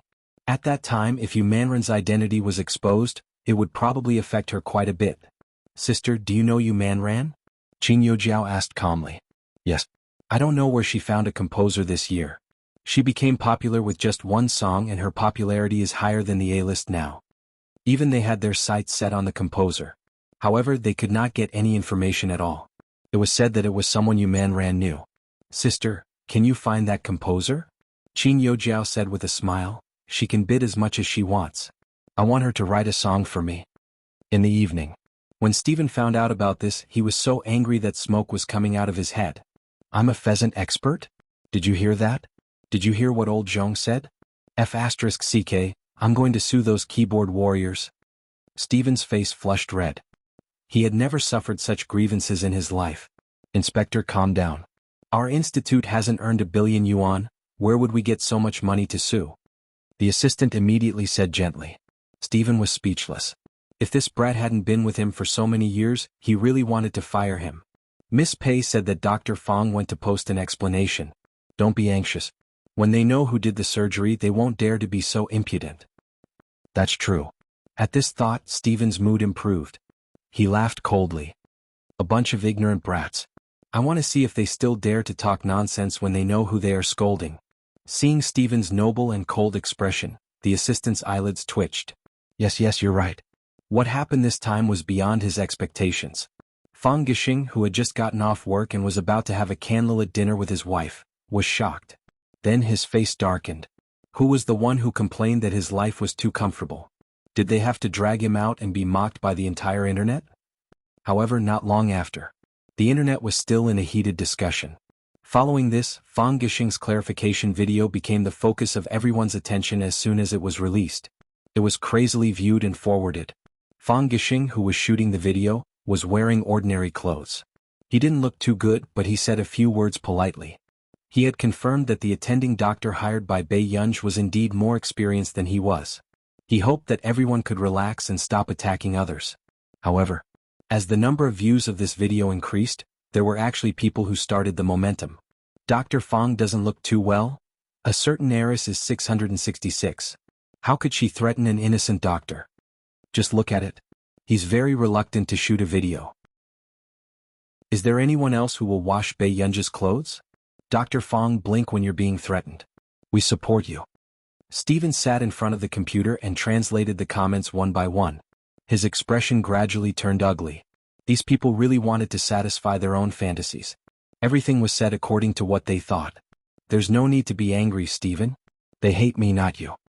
Bei Yunj smiled lazily. That won't do. What right do they have to criticize you? Stephen was so angry that his face darkened. He might as well. He found the official social media account of Country A that the Our Nation Medical Institute had registered a few years ago. Guru Tong. Chapter 242. Stephen sneered. I'd like to see what else they can make up. After that, Stephen hung up the phone after exchanging a few more words with Bei Yunj. Calligraphy Pavilion more good. She couldn't wait for those stupid humans to open their eyes wide and take a good look at who the pheasant expert they were talking about was. Bei Yunj's eyelids twitched when she was hung up on. She sent a message to her assistant to remind Stephen to board the plane. Not long after. She thought for a moment, opened the social media app and scrolled through the headlines. She clicked on it and saw that the first post was a video about Dr. Fong. However, just as everyone was scolding Dr. Fong, someone suddenly noticed that a big shot had liked the video. They clicked on the profile picture and found that it was a verified official account. Country R's Medical Research Institute. Everyone? What was going on? Why would Country R's Medical Research Institute like Dr. Fong when they had nothing to do with him? Then, just as they were feeling uneasy, they saw that the official account that had not been updated for a few years suddenly reposted Dr. Fong's clarification post. What was going on? Could it be that the expert Bei Yunj hired was from Country R's Medical Research Institute? Many people couldn't help but gasp when they saw this. However, they were also puzzled. How did Bei Yunj know someone from Country R's Medical Research Institute? Could it be that it was also because of Director Lin? Director Lin's social circle was too wide, wasn't it? Because Country R's Medical Research Institute had publicly reposted the video, Qin Youjiao's team, who was manipulating public opinion, didn't know what to do for a moment. They could only wait and see. At this time, the netizens were also confused. I've checked. Director Stephen of Country R's Medical Research Institute is an expert in this field. He's a world-famous expert. Oh my god, Bei Yunj is too amazing, isn't she? What does this have to do with Bei Yunj? Even if it is, it's Director Lin's credit. Don't joke around. Do you believe it? Everyone in the circle knows that Stephen's surgery volume is limited in a year. Even if Bei Yunj is booked, it won't be this year. Stephen even performed surgery for her family. The Qin family is nothing in the world. Do you understand? The person above is harsh, but it's the truth. Stephen's number of surgeries is limited. This year's patients were confirmed in March. Bei Yunj skimmed through these comments and returned to the Computing Institute. Master Pei, quick. Come and take a look at my project. See if there's anything that can be improved. The moment he saw Bei Yunj, Si Qingyan enthusiastically pulled Bei Yunj to his research lab. Brat, stop right there. Zhong Xinglin suddenly appeared and immediately separated the two of them. Take care of your own projects. Don't take shortcuts. With that said, Zhong Xinglin looked at Bei Yunj gently. Yunj, I heard that the contract you signed with Marcus is for 3 months? When Si Qingyan heard this topic, he knew what the old master was up to again. Haha, he had not managed to poach her after so long. He even complained that he was hindering him from poaching her. After Si Qingyan left, Bei Yunj smirked. I was in urgent need of money back then, so I signed for 3 months.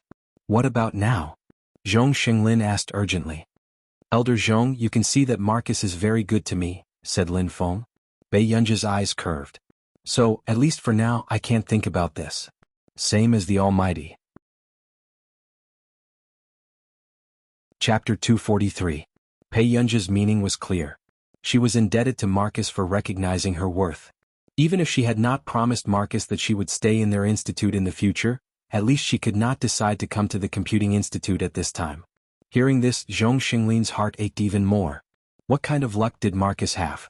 He really met someone like Bei Yunj who was sentimental about old ties. Yunj, I understand what you mean. But if you choose the Domestic Computing Institute, I sincerely hope that you can choose our Computing Institute first. Zhong Xinglin smiled. Although I might not be able to offer the generous conditions that Marcus offered, it's a private computing institute. If you're willing, I hope you can be my successor. With that said, Bei Yunj's eyelashes fluttered and she looked up at him again. Usually, even if it was a private research institute, it seemed that more people would want their children to inherit it. Just like in her previous life as a well-known physicist in the industry, Mrs. Pei had also nurtured Bei Yunj in that area, hoping that Bei Yunj would inherit her physics institute. In the end, Bei Yunj secretly opened a computing institute herself. Because of this, Mrs. Pei was so angry that she did not speak to Bei Yunj for a month. Thank you, Elder Zhong. Bei Yunj said with a smile. You don't have to be too stressed. My grandson is indeed studying computing, but his aptitude is average and he can't control the computing institute. What I hope more is that the computing institute can be passed down and walk towards glory. Zhong Xinglin looked at the long term and focused more on the computing industry in Country A. As for his grandson, he had also left behind a lot of family assets, enough for them to live in peace for the rest of their lives. Saturday. Bei Yunj went to the airport and received her quietly. About 10:30 p.m. A tall middle-aged man with blonde hair and blue eyes came out. Bei Yunj recognized Stephen at a glance from the photos online. At the same time, although Stephen had just gotten off the plane, he was still refreshed. He said excitedly and happily, Tisk, let's walk faster. Maybe Yunj is waiting. The assistant was speechless. She's not your granddaughter. Why are you so happy to see her? Suddenly, Stephen and Selena saw a beautiful young girl walking towards them. Bei Yunj took off her mask, revealing her delicate and beautiful face. She smiled and said, Stephen, we finally meet. Stephen froze when he heard this familiar voice. This was Yunj. Stephen could not come back to his senses for a long time. He had heard Marcus brag that their Yunj was especially beautiful and did not believe it for a moment. But now this standard Oriental beauty's face was really hard to find fault with. Especially the bright and beautiful expression between her eyebrows, it was unforgettable. Yunj, I really didn't expect you to look like this. After a while, Stephen couldn't help but laugh. Let's go. I'll be a good host and take the two of you to dinner. Bei Yunj chuckled. Sure. This Yun city is really not bad. Stephen laughed loudly. However, in the corner, a sneaky young man secretly took a picture of Bei Yunj and Stephen walking together. However, what he did not expect was that Bei Yunj did not bring her to the hospital. Instead, they went to a scenic spot to play. He thought for a moment and called Qin Yojiao's manager to tell her about this. You don't have to let me see it. Just post it online. Just say that Bei Yunj hired a quack overseas and is eating, drinking and having fun with others. She doesn't take old Master Qin's illness to heart. Chapter 244. What if he's not a quack? The young man could not help but hesitate. Then we have to post it even more. The manager chuckled. If that person cures old Master Qin, what's the point of posting it? On the other hand, if we do this, more people will think that Bei Yunj is gambling. I got it. The young man nodded and stopped following Bei Yunj and the rest. Inspector Miss Pei, someone followed us and took photos secretly just now. With that said, Stephen, who was eating soup dumplings, almost choked. Why didn't you say so earlier? At this moment, Bei Yunj said slowly, I saw it. It's alright, I'll delete it later. When she said this, those who didn't know would almost think that Bei Yunj was planning to delete her post. Only Stephen vaguely remembered how Bei Yunj made the headlines back then. There's no need for that. Stephen patted his chest, his expression confident. Don't worry, leave this to me. Then, Stephen pulled Bei Yunj and his assistant along and took a photo as a souvenir. Soon he posted it on his social media app in Marcus's phone. Marcus sent messages crazily. You went for a meal with Yunj? Are you there? Let me show you Yunj's Computing Institute identity card? Smile? How childish. Do you think I can be angry? Boring. I've blocked you. Goodbye, brother. After reading this long string of messages, the corners of Stephen's lips twitched. Wasn't this childish enough? He wasn't angry? In the afternoon. In the ward. Dad, I've said it before. This isn't a child who grew up in our family after all. We don't know her background. You're still... Before Mrs. Qin could finish speaking, she was interrupted by old Master Qin. If you continue to spout nonsense, I'll get Qin Ting to send you back to your parents' home. These words made Mrs. Qin open her mouth with an ugly expression, but she didn't know what to say. Are you still worthy of being a mother? You're so righteous even when you talk bad about your daughter. Shameless. Once old Master Qin was angered, he felt dizzy. The nurse beside him quickly comforted old Master Qin, telling him not to get angry. Mrs. Qin pursed her lips and said, but the news on the internet was also taken by someone else. It can't be that someone deliberately tried to harm her.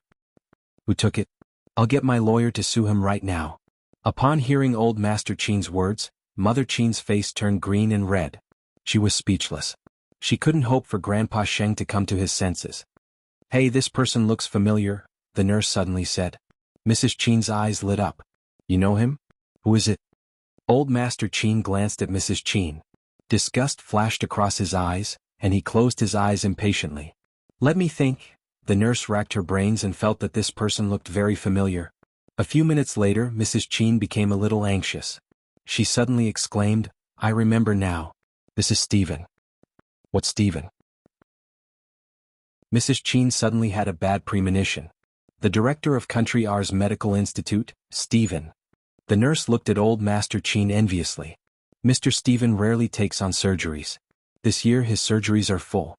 Miss Pei must have put in a lot of effort for you. She's so good to you. She's a filial girl. Upon hearing this, Mrs. Qin's face turned pale and her eyes lost focus. How could this be? How could Bei Yunj invite such a person? Chapter 245. Could it be Director Lin? But how could Director Lin have such a wide network? Look, this is someone who can even step on her own daughter. Old Master Qin laughed coldly. Mrs. Qin wanted to say something but hesitated. In the end, she could only bite her lip with a red face and remain silent. At this moment, a group of netizens who did not know the situation were about to tear into each other. A certain young lady is really interesting to go out and play with an old man at this time. I really feel bad for Director Lin. Even if you blow up your account this time, I still want to scold you. You just can't compare to Qin Yojiao. Don't you know that? Why are you scolding Bei Yunj? A group of people are confused and think that they are righteous. Don't you know how to write the word cyberbullying?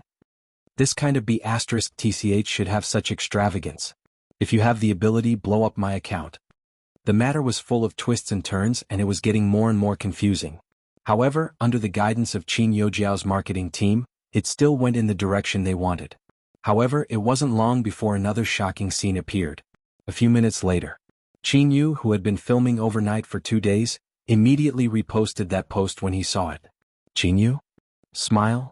As for Qin Lang, who was training and had his phone confiscated, there was no movement. However, to everyone's surprise, Qin Lang's studio reposted Qin Yu's comment immediately after. Crush Qin Lang's studio? Smile? In less than a minute, the comments exploded. Ha ha, they're here. They're here. They're here with the anger of a sister complex. It's about to start. Is Brother Lang's studio trying to make me laugh to death? Xiao sure, I'll protect Brother Lang's sister. Reporting, second sister-in-law's fans have gathered. Reporting will gather again after third sister-in-law's fans finish eating. Sob sob sob doghead. I'm speechless. So what if you have a best actor brother and an esports player brother? Are you relying on your fans to clear your name? I'm scared. You have a lot of fans and you're awesome, okay? Entertainers are ruining the country. Entertainers are ruining the country. Qin Yu and Qin Lang had many fans, but more importantly, this matter made people have a bad impression of Bei Yunj. As a result, some of Qin Yu and Qin Lang's fans were still persuading them to delete this post. After all, it was really too much. But who knew? At this moment, a certain group that was usually rarely active suddenly reposted Qin Yu's post as if they had agreed. Research Institute, Zhong Xinglin? Smile? Dean of Biology of Yunqing University? Smile? The former principal of Yunqing University? Smile? Professor Yu Guang? Smile? Yunqing University Medical Dean? Smile? Our nation's Medical Research Institute? Smile? This scene made one's scalp tingle. Everyone? Did he break through the dimension? What was going on? Was half of the scientific research community mobilized? Everyone saw that Country R's Medical Research Institute had reposted someone's post. Our nation's Medical Research Institute. Heart? Our nation's Medical Research Institute, Stephen, my friend and me, picture? At this moment, everyone was shocked. So, the old man who was rumored to be having fun with Bei Yunj was Stephen, the director of the Our Nation's Medical Institute. F***CK. What a deity. DBQ Mr. Stephen, I actually didn't recognize you.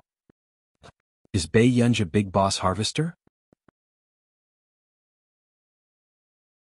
Chapter 246. Lin Lanjun is her grandmother, and Stephen is her friend. The moment something happened to her, half of the scientific research field and two cis-obsessed brothers protected her. I'm so jealous, I'm jealous. Goodbye? I'm starting to understand why Dr. Fang's expression isn't too good. This isn't an expert but an ancestor. The one who offended him is the ancestor. The biological daughter of the big shots? The little darling of the brothers? Please, Master Pei, write an autobiography of the group's love. The moment Qin Yojiao debuted, Bei Yunj was scolded and became a trending topic. Isn't that so? You're trying your best to push Bei Yunj away, but she's really loved by the group. On the internet, the people who had followed the trend to slander Bei Yunj seemed to have disappeared without a trace. On the contrary, only the haters who had started to slander Qin Yojiao were left. In the office, Qin Yojiao's expression was terrible and she wanted to smash her phone. She never thought that this matter would take such an unrealistic turn that was even more unrealistic than a dream. Jiao, this is quite unexpected. But don't worry, the company's public relations are already handling it. Don't worry. The manager was also anxious, but Qin Yojiao had just signed with their company, so it was not good for her to act like she was flustered. Thank you, sister. Qin Yojiao's expression improved slightly. At least she still had a company behind her now, so she would not be too outnumbered. At the whole corporation. Sung Su, apart from telling you about the parent-teacher conference last time, what else did Yun say? Huashidu thought of how the little girl was throwing a tantrum and asked casually. I think so. With that said, Sung Su saw that his Master Du seemed to be thinking about something. Master Du, did you have a fight with Miss Pei? Huashidu glanced at him and did not say anything. This situation made it difficult for Tseng Su to understand. However, Tseng Su suddenly remembered what had happened in the past 2 days. Master Du, have you seen the recent headlines? What's wrong? Huashidu looked up and asked. Is that Miss Pei was maliciously slandered? However, the two young masters of the Qin family and some seniors in the scientific research field are very protective of Miss Pei. Currently, this matter has been resolved. Tseng Su couldn't help but exclaim when he thought of the melon he had eaten. Especially the phrase "big boss harvester." It was simply very popular. Aside from the big shots they knew, if anyone else found out that this little princess was living in the home of the president of the whole corporation, they would probably have a mental breakdown. Malicious? Huashidu's pale-colored eyes gradually turned cold and deep. There was an unfathomable danger in them. It's the tricks of the entertainment industry. The other Miss Qin of the Qin family has signed with an entertainment company. I'm guessing that the entertainment company is personally involved. After Tseng Su finished speaking, he added carefully, Master Du, do you need me to show my face? Next time. This would also prevent those people from thinking that Miss Pei had no one backing her. There's no need. Huashidu narrowed his eyes nonchalantly. His deep voice was emotionless. You caused trouble for my child. How can there be a second chance? Hearing this, Tseng Su immediately understood. Master Du didn't intend to let that company continue to operate. Tseng Su, okay. When he returned, Washidu saw the young lady quickly greeting him and going upstairs. He didn't even look up when he was eating. The next day, Bei Yunj had just gone downstairs when she saw Yuhan Ran and Washidu sitting together. Before she could leave, she heard the man say, Yunyu. Chapter 247. At this moment, Yuhan Ran also noticed Bei Yunj. He had a teasing look in his eyes, wanting to see how this couple interacted every day. From Washidu's casual question, the two of them seemed to be quarreling. What's wrong? Bei Yunj turned around and looked at him with curved eyes. Come here. Hearing this, Bei Yunj glanced at him and then glanced at Yuhan Ran, who was waiting for a good show. She walked towards Washidu. When Washidu saw this, the corners of his lips curled up slightly. He stood up and narrowed his eyes casually. He held her wrist with one hand and took off the rubber band. It's too hot outside. With that said, Washidu stood in front of the girl and reached out. His slender and well-defined fingers gently lifted her curly hair and slowly tied it up for the girl. This scene made the smile on Yuhan Ran's face freeze. Wait a minute. Shouldn't they be quarreling? Why did he let him see such a scene? After tying her ponytail, Bei Yunj glanced at Washidu. Actually, she had long lost her temper. I'm going to the hospital. I'll be back later. Bei Yunj touched her hair. Okay. Washidu curled his lips and reached out to rub her jawline. Yuhan Ran was speechless. Hey guys, am I invisible? In the morning, Stephen was undergoing surgery. Almost 4 hours later, the door to the operating theater opened. The surgery was very successful. Old Master will be fine after resting well. The other doctor smiled and could not help but say to Bei Yunj, it's all thanks to Miss Pei that I have the chance to share the stage with Mr. Stephen. You must be joking. Bei Yunj smiled. However, in the eyes of the Qin couple, this scene caused them to have complicated feelings. They had always felt that Bei Yunj was a loner and had no friends. They did not expect her to be friends with Stephen. They did not know how they got to know each other. It's been hard on you this time. Mr. Qin stepped forward and said gently. Bei Yunj's tone was indifferent. It's my duty. The smile on Mr. Qin's face froze. Of course, he knew that Bei Yunj was so attentive because of old Master Li. Otherwise, if it were him or Mother Qin, Bei Yunj probably wouldn't even look at them. Mr. Qin's eyes darkened. You and Jiao Jiao. Yunj, isn't it time to go eat? Stephen's voice sounded. Bei Yunj turned around and saw that Stephen was still in good spirits. She smiled and said, well, I have a friend later. Do you mind? What's there to mind? Stephen said and went to change his clothes. The two of them chatted in a familiar tone as if they were old friends. However, the age difference was a little too big. Mr. Qin, if there's nothing else, I'll go back first. Mr. Qin reacted and quickly nodded.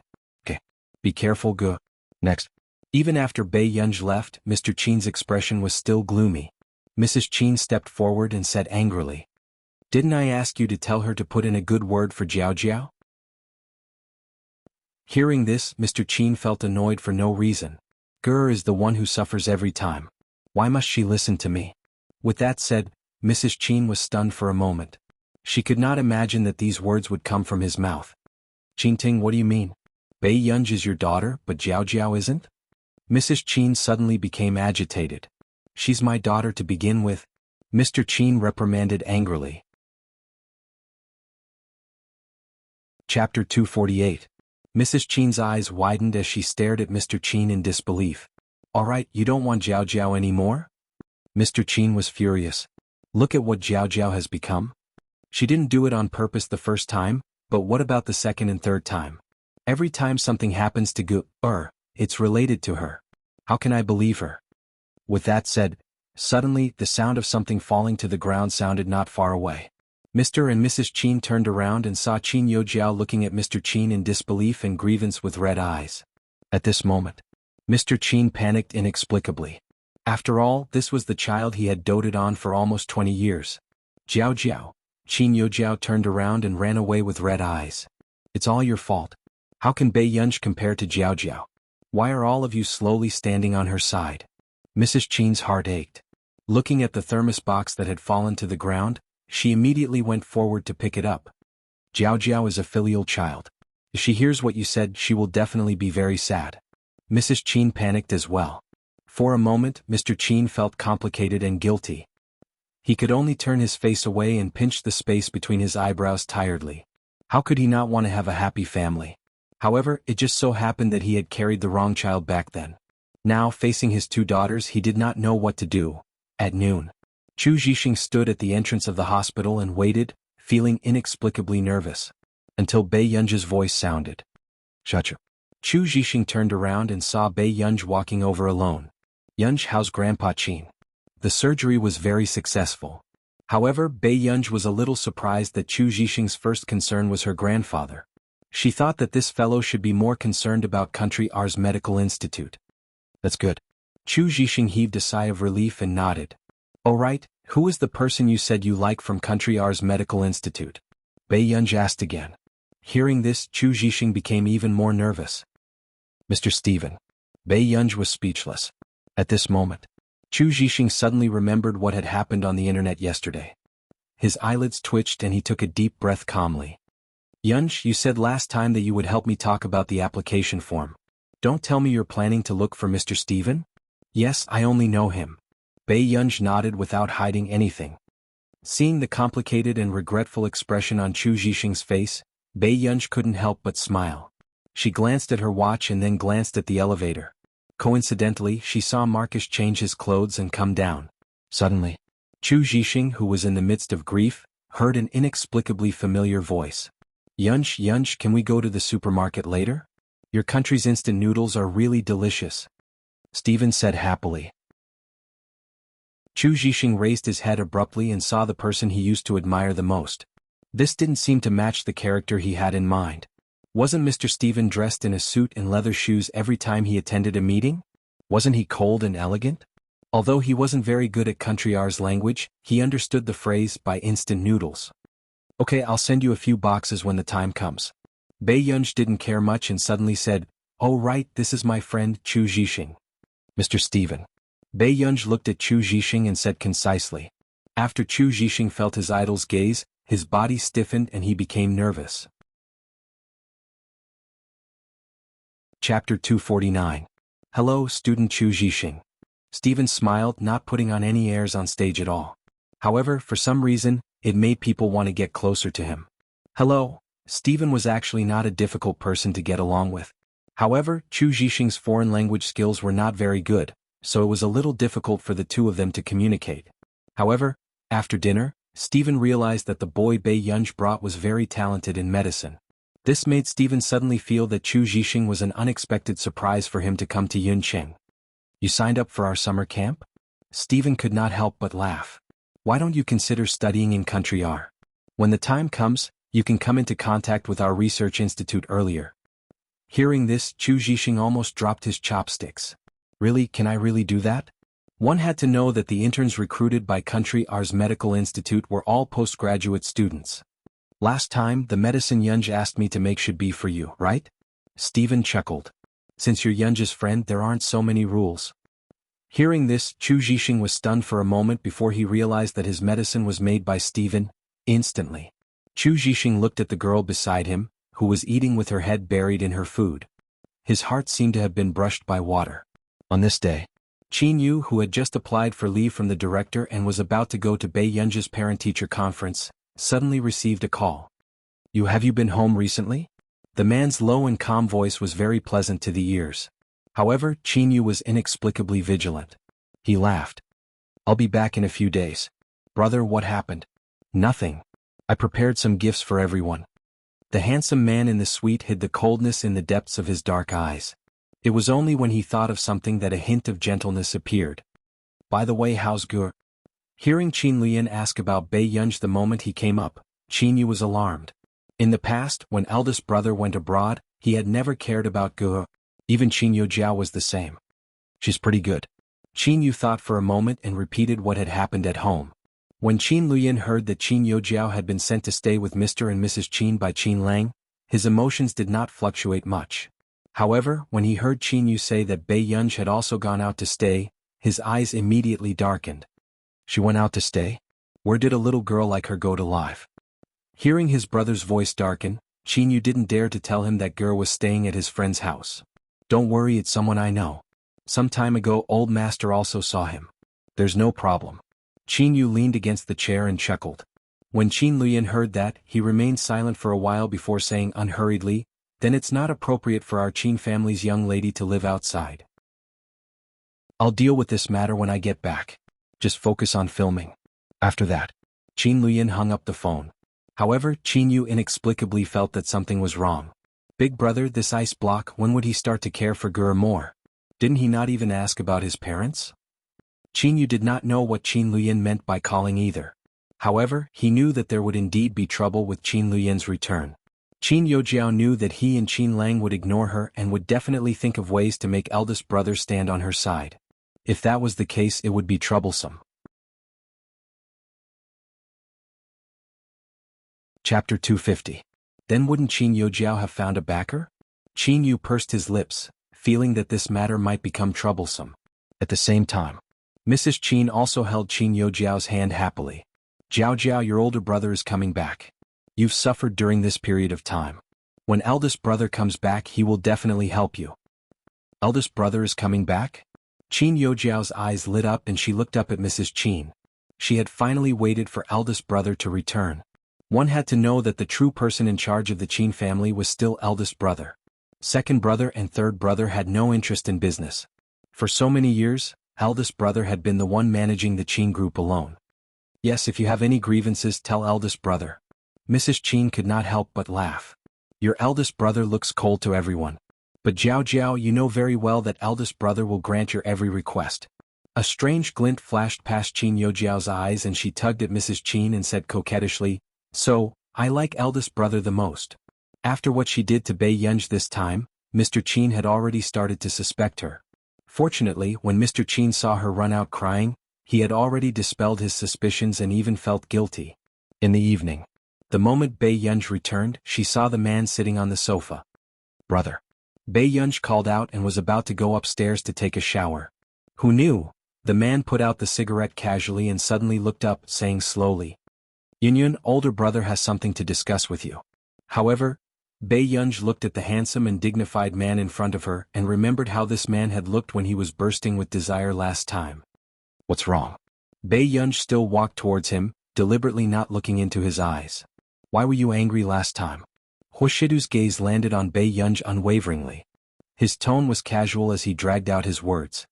Did older brother bully you? These words were clearly very normal. However, when he said this, it inexplicably became ambiguous and made her face turn red. Bei Yunj thought of what this man had said to her in the closet and smiled. Yes, older brother, you're very good at bullying people. At this moment, Hoshidu didn't think about anything else. After all, he had drunk too much in the past and did not have the habit of touching girls. Then let me apologize to you. Yunyun, don't take it to heart, okay? Hoshidu's thin red lips curled up and he bent down to look at her at eye level. His tone was natural and intimate as he coaxed her. This man had always been very good to her and even took special care of her feelings. But for some reason, Bei Yunj was not very happy when she saw that this man could not remember anything at all. Were you drunk last time? What happened? Bei Yunj asked. That night, when she was drying Hoshidu's hair, she felt that his body was cold. Those who didn't know better would think that he had taken a cold shower. The corners of Hoshidu's lips curled up slightly. His posture was lazy and frivolous. He reached out carelessly and gently rubbed her cheek. Yes, big brother accidentally drank a little. Are you in a bad mood? Bei Yunj glanced at him and an indescribable feeling rose in her heart. In her heart, this man was what others called a flower on top of a mountain. He would get whatever he wanted. How could he not be happy? That's not the reason, but I'm indeed not too happy. Hoshidu's low and magnetic laughter flowed out as his throat moved. The next moment, he scratched the girl's chin again. But next time, older brother will come back earlier. Chapter 251. The man's pale-colored and abstinent eyes turned gentle. His seductive low voice could easily tickle one's eardrums. Brother will be happy when he looks at Yunyun. Wasn't this man apologizing just now? Hoshidu's eyes darkened when he saw the little girl's bright black eyes staring at him with an inexplicable emotion. Then he let out a long laugh. His deep and magnetic voice seemed to be deliberately seductive. Yunyun, don't look at me like that. Brother can't handle it. Bei Yunj, The next time this man drank, she would definitely record it. She would let him see clearly who was the one who couldn't handle it. Seeing that Bei Yunji's expression was awkward again, Hoshidu said, "Then I'll promise Yunyun one thing. How about that? I don't want to go to school anymore." Bei Yunj said this almost without thinking. Who would have thought? Hoshidu looked at her for a while and only laughed. His posture was seductive and ostentatious. "Sure, then Yunyun will come over early and manage the company for brother." Bei Yunj? Was this what a qualified domineering CEO would say? Bei Yunj's beautiful eyes twitched. "What about you? Brother, just serve our Yunyun?" The man casually played with the silver lighter on his phone. His low and magnetic laughter was light and lazy. His gaze was straight and lustful. It made one's heart beat wildly. Bei Yunj? He was no longer treating her as a younger sister. It was more like he was raising her as a daughter. "Be obedient. Come down and do your homework later. Brother will teach you," he said. Bei Yunj was about to scold him in her heart when she suddenly felt the man's half-smiling gaze. "Brother, weren't you apologizing to me just now?" Bei Yunj asked. Why did it become him supervising her homework in the end? "Yes, I forgot to ask Yunyun, how did I bully you?" Hoshidu remembered that when he drank too much in the past, he would at most go to bed early. For a moment, Bei Yunj was a little silent. When Hoshidu saw this, he suddenly sensed the little girl's abnormality. Hoshidu's throat bobbed. "Yunyun, brother took away my pen the moment he saw me." Bei Yunj glanced at him. "Because of this?" The man licked his thin red lips. His low and hoarse laughter was sexy and pleasing to the ear.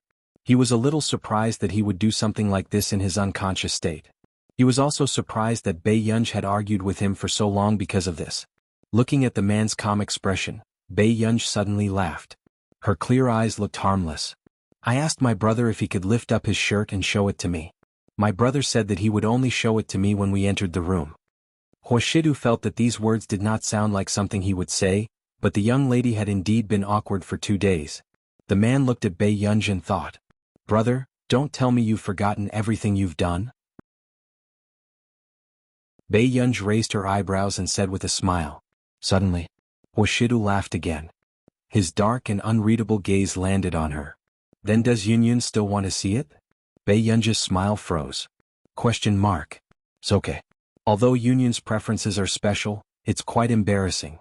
Hoshidu casually threw the silver lighter on the sofa, not caring much. "Brother?" Bei Yunj suddenly had a bad feeling. Then, before Bei Yunj could speak, the man had already taken off his tie. His lazy and playful voice was frivolous and straightforward. Chapter 252. There's no need to explain. I'll try my best to satisfy Yunyun. She had never seen the man's figure, but the last time in the wardrobe, it felt firm and hard. However, when the man was wearing a shirt, it did not show and only made people feel that he was refined and dignified. "Brother." Bei Yunj grabbed the man's cold hand and looked up. "Should I do my homework?" I think so." The man's pale-colored eyes could not hide the smile in them. "I'll go take a shower first and go downstairs to do my homework." With that said, Bei Yunj immediately went upstairs. Seeing this, the man chuckled. His upturned eyes were charming and his posture was light and lazy. The little girl was so easily angered. How could she let him lift his shirt? Ever since she knew that Qin Luyan was coming back, Qin Yojiao seemed to have become bolder. In the live stream, when Qin Yojiao was chatting with a small celebrity she had just met, she inadvertently led the small celebrity to talk about Bei Yunj. Caused a lot of discussion. However, at the same time, the entire internet was very interested in Bei Yunj, who had never appeared before. After being talked about for so long, she was either scared or too lazy to care. No one thought that Bei Yunj would be the former. However, everyone felt that if Bei Yunj appeared in the public eye, the scene would definitely be exciting and fresh. Before the crowd could calm down, they saw someone coming down personally to tear Qin Yojiao apart. "You man ran, your father pay is a brick. He will move wherever he is needed." Heartbroken. With this post, many netizens discussed fervently. "Ha ha ha ha ha. Sister man, what's wrong with you? Do you know Bei Yunj? Daddy pay. Sister man, are you still the big boss of the industry I know? Work harder, you're number one. Dog head. And no wonder artistes can never be seen in public. They like to suck up to rich people? Let me take a look. Which sour chicken is this again? Can't you stand properly on the streets? You're being blind again." Everyone in the industry understood this kind of hype. Qin Yu naturally knew that once he replied, he would be trying to gain popularity for Qin Yojiao. If he didn't reply, she would think that he had acquiesced to Qin Yojiao's relationship. Therefore, at the end of the month, Qin Yu had sent lawyers' letters to nearly 30 netizens, including the small celebrity who had Bei Yunj in the livestream. This move shocked everyone. After all, when Qin Yu had just entered the industry, there had been a huge commotion, but she had never seen him send a lawyer's letter in a stack, as expected of Qin Yu, the crazy sister control maniac. Seeing these dozens of lawyers' letters and Yu Man ran publicly attacking her, Qin Yojiao was so angry that her face turned green. However, what surprised Qin Yojiao even more was that she received a call from her manager. "Jiao, there's a problem with our company. We're having a hard time with cash flow and we're being held back by someone. We might not be able to last for more than 2 months. Hearing this, Qin Yojiao's face paled. What? Qin Yojiao clenched her fists tightly. If this news got out, she would definitely be the first to be laughed at. When she signed with her second brother's studio back then, she had been eliminated in the first round. Now that she had finally signed with a good company, such a thing actually happened. Why did this happen? Qin Yojiao took a deep breath. Her manager was also very busy. I think I offended someone. Jiao, do you know the whole corporation? In an instant, Qin Yojiao's face paled. Her mind was in a mess and she couldn't hear what her manager was saying at all. Jiao, are you listening to me?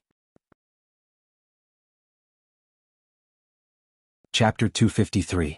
Others did not know why the company had offended the whole corporation. But Qin Yojiao knew it clearly. It was all because of that man. Qin Yojiao's eyes widened as she gritted her teeth, feeling extremely indignant. How could this be? That man was already willing to do this for Bei Yunj. Time passed and it was Friday for the parent-teacher conference. Most of the students in Class 1 and Class 2 were refreshed. On the other hand, the usually arrogant and domineering Class 7 was strangely quiet. Desk mate, who's attending your parent-teacher conference this time? Lu Yuanxi and Bei Yunj went outside to get some water. My brother. Bei Yunj narrowed her eyes. She had only mentioned this to Huashidu casually once and did not know if he remembered. Back then, she had only wanted to suppress her grades and had forgotten that she might be scolded at the parent-teacher conference. I see. Lu Yuanxi did not ask further. The moment he thought of Qin Yu's guard against him, his scalp turned numb. The older brothers of the Qin family were each more impressive than the other. At this moment, Mr. and Mrs. Qin had arrived a long time ago and many parents of students came forward to greet them. After all, this was the Qin family in Yunqing. I'm going to attend the parent-teacher conference for Gue. You can attend it for Jiao. Hearing this, Mrs. Qin's expression changed immediately. Did you agree to attend the parent-teacher conference today to attend it for her? Mr. Qin, whose thoughts had been exposed, looked embarrassed. But Qin Yu has work and I don't know when Qin Lang will come. Then what did you promise Jiao? Mrs. Qin refused to let it go. Have you forgotten how Jiao cried in front of you last time? What will Jiao think if you attend her parent-teacher conference this time? With that said, Mr. Qin's expression did not look too good. Right now, Bei Yunj, who was wandering around the school, was still thinking about whether she should get Si Qingyan to help. Coincidentally, Bei Yunj happened to be walking towards Mr. and Mrs. Qin. Mr. Qin was stunned for a moment. Bei Yunj glanced at them and prepared to leave as if she did not see them. Mr. Qin subconsciously shouted. Mrs. Qin, who was beside him, pulled him back and could not help but ask, Are you crazy? Qin Jiai didn't know when it started, but every time Qin Jiai's father was alone, his mind would wander off and he would mention Bei Yunj. What's the matter? Bei Yunj glanced sideways at him. Did anyone attend the parent-teacher conference for you? Datkin. Thank you, Mr. Qin. Someone will come. Bei Yunj smiled. Her bright eyes were lazy and beautiful. There was no deliberate estrangement, nor was there any friendliness. It was as if they were strangers who could greet each other when they met. This feeling was like a blunt knife cutting into Father Qin's heart. It was a bloody pain. Oh, I see. Mr. Qin stiffened and nodded.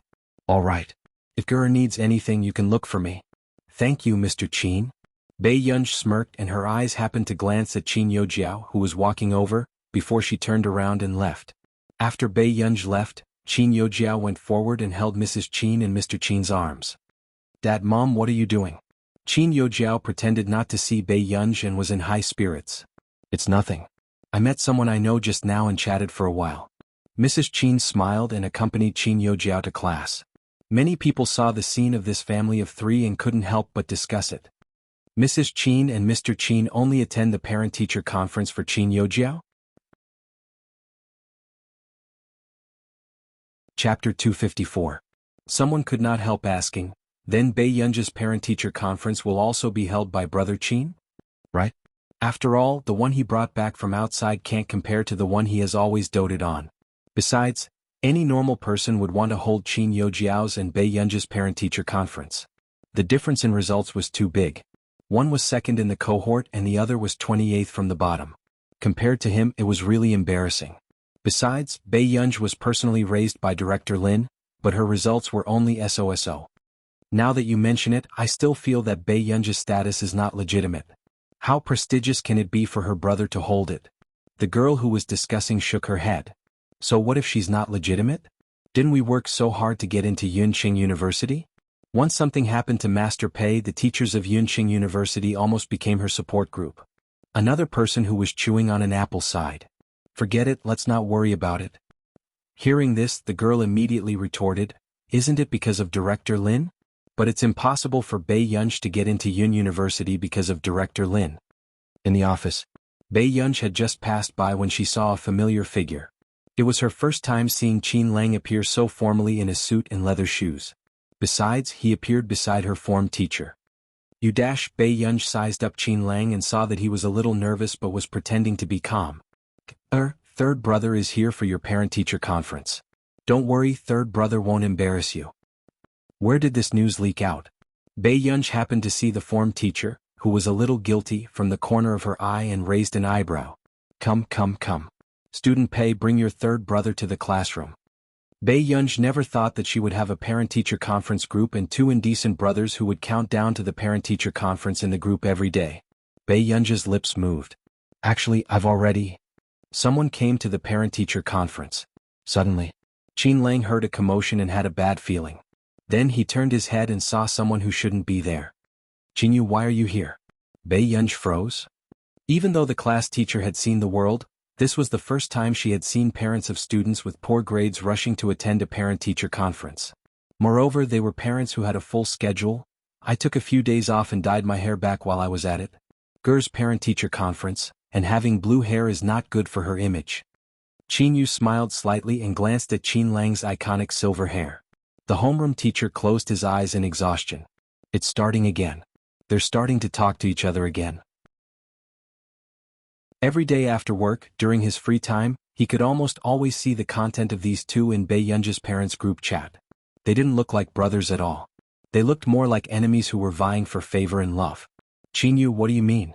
Is there anyone with silver hair more handsome than me? Qin Lang was enraged. The two of them looked like they were about to start a fight in public. Seeing this, Bei Yunji's eyelids twitched.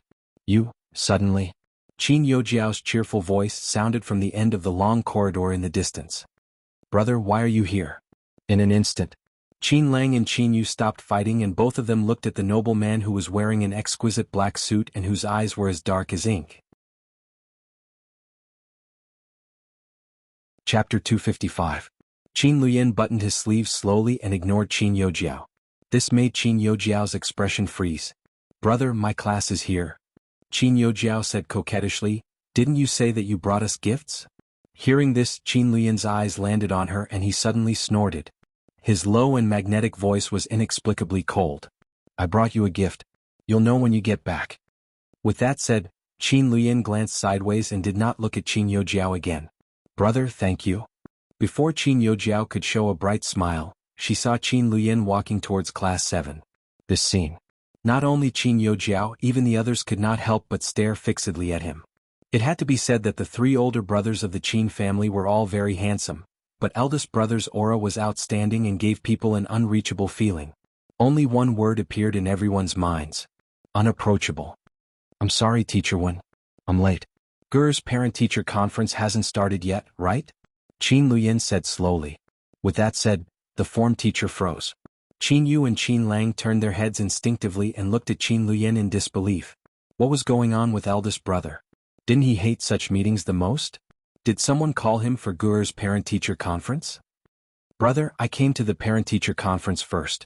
Qin Lang said unhappily. Before Qin Yu could finish speaking, he and Qin Lang felt a threat in Qin Luyan's lazy gaze. Qin Yu and Qin Lang were speechless. Was there a need? Were they biological brothers? Why did he have to fight with them for a parent-teacher conference? At this moment, the atmosphere was awkward. In the next second, Bei Yunji's phone vibrated. She opened her phone and saw that it was a message from Huashidu. I'm almost there. Bei Yunji's pretty eyes moved. How could this situation continue to develop? Deskmate, you're good. Qin Yojiao called 2 over and you're missing 1, Lu Yuanxi teased softly beside her. Bei Yunji smiled at him. There are 4. Lu Yuanxi was speechless. It was his first time seeing such a big commotion at the parent-teacher conference. It was not only Class 7, even the students from the class next door were discussing it. F***CK, I thought that Qin Yojiao asked her parents to attend the parent-teacher conference was to show off that she was a legitimate daughter. Now that I look at it, I feel like Bei Yunji has a heavenly group standing beside her. Someone could not help but mock her. I'm going to die of laughter for Qin Yojiao too. She's so flirtatious online, yet she's still pretending to be innocent. Now, no matter how bad Bei Yunji's results are, there are people fighting to attend her parent-teacher conference. Logically speaking, Bei Yunji has only been back for 2 to 3 years. Why do the Qin brothers like her so much? Is hers as... Hearing these discussions, Qin Yojiao's face paled and her eyes were filled with hatred as she looked at Bei Yunji. Her fingers were clenched so tightly that they turned white. Bei Yunji, Bei Yunji. Everywhere Bei Yunji was slapping her in the face. A dark look flashed past Qin Yojiao's eyes.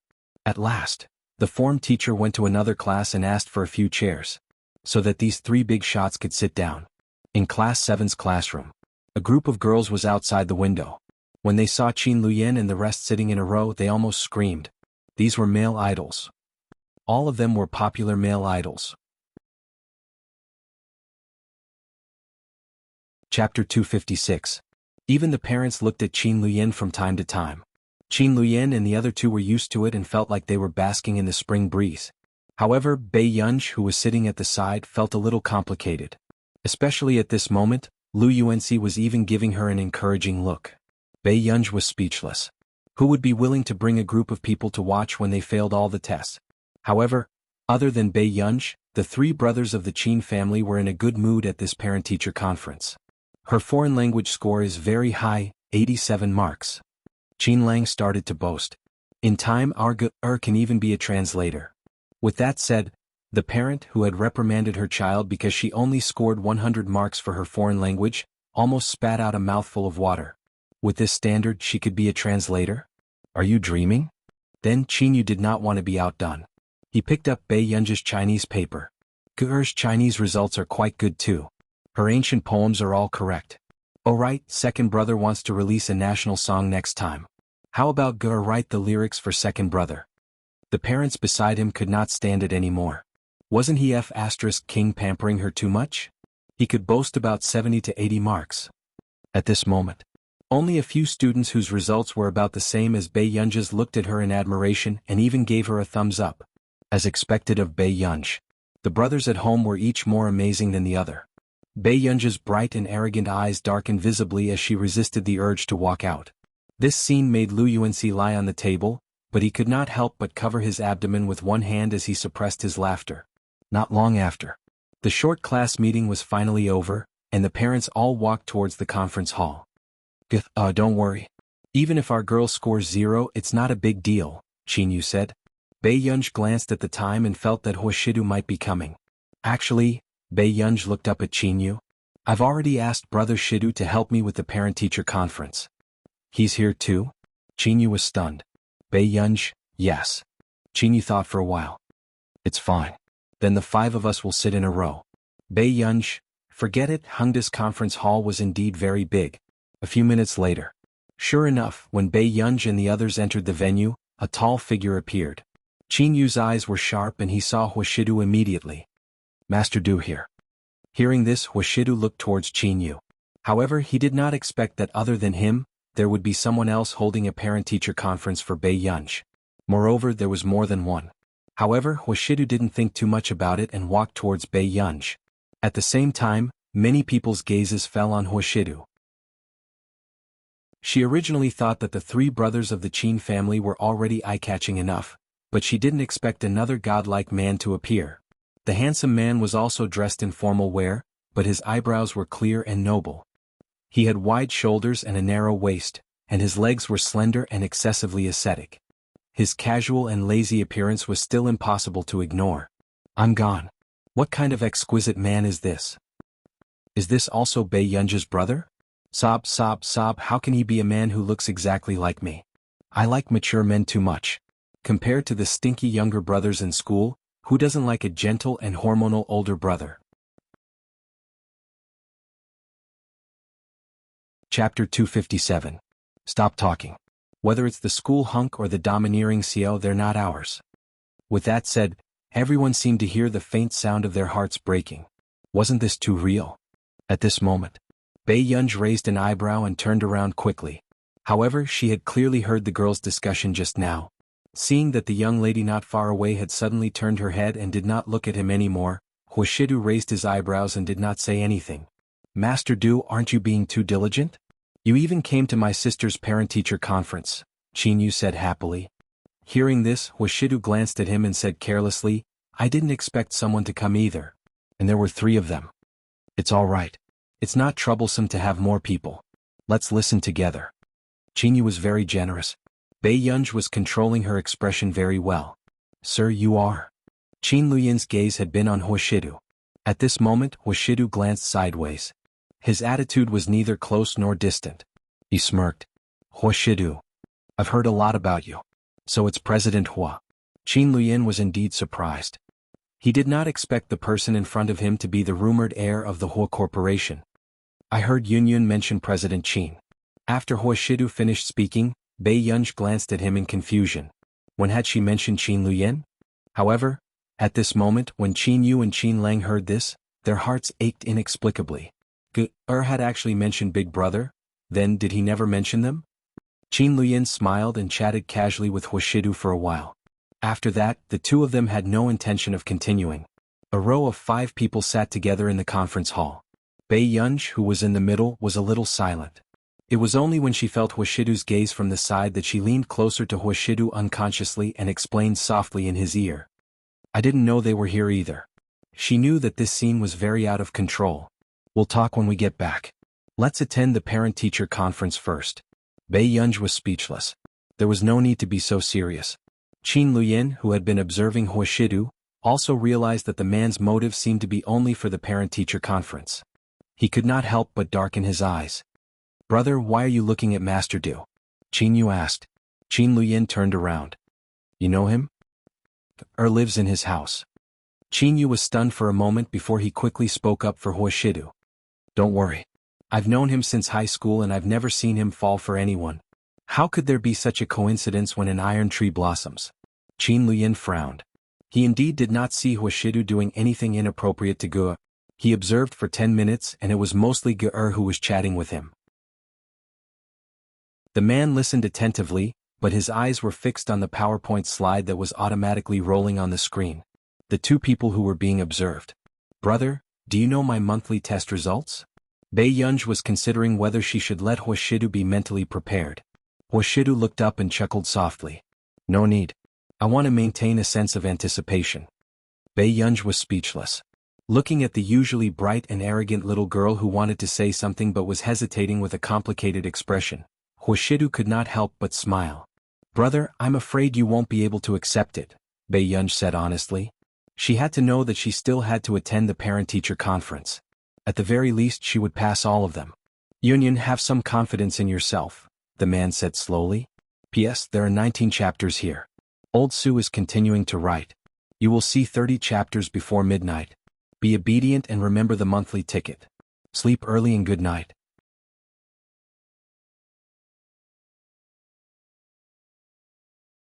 Chapter 258. After struggling for a moment, Bei Yunj decided to give up. However, on the other side, Qin Yojiao gritted her teeth when she saw this scene. At first, she thought that Bei Yunj would only embarrass herself at this parent-teacher conference. However, she did not expect Qin Yu to take leave to attend Bei Yunj's parent-teacher conference. And Big Brother and that man, Jiao Jiao? Did you see that? She's second in the level again. Her results are very stable.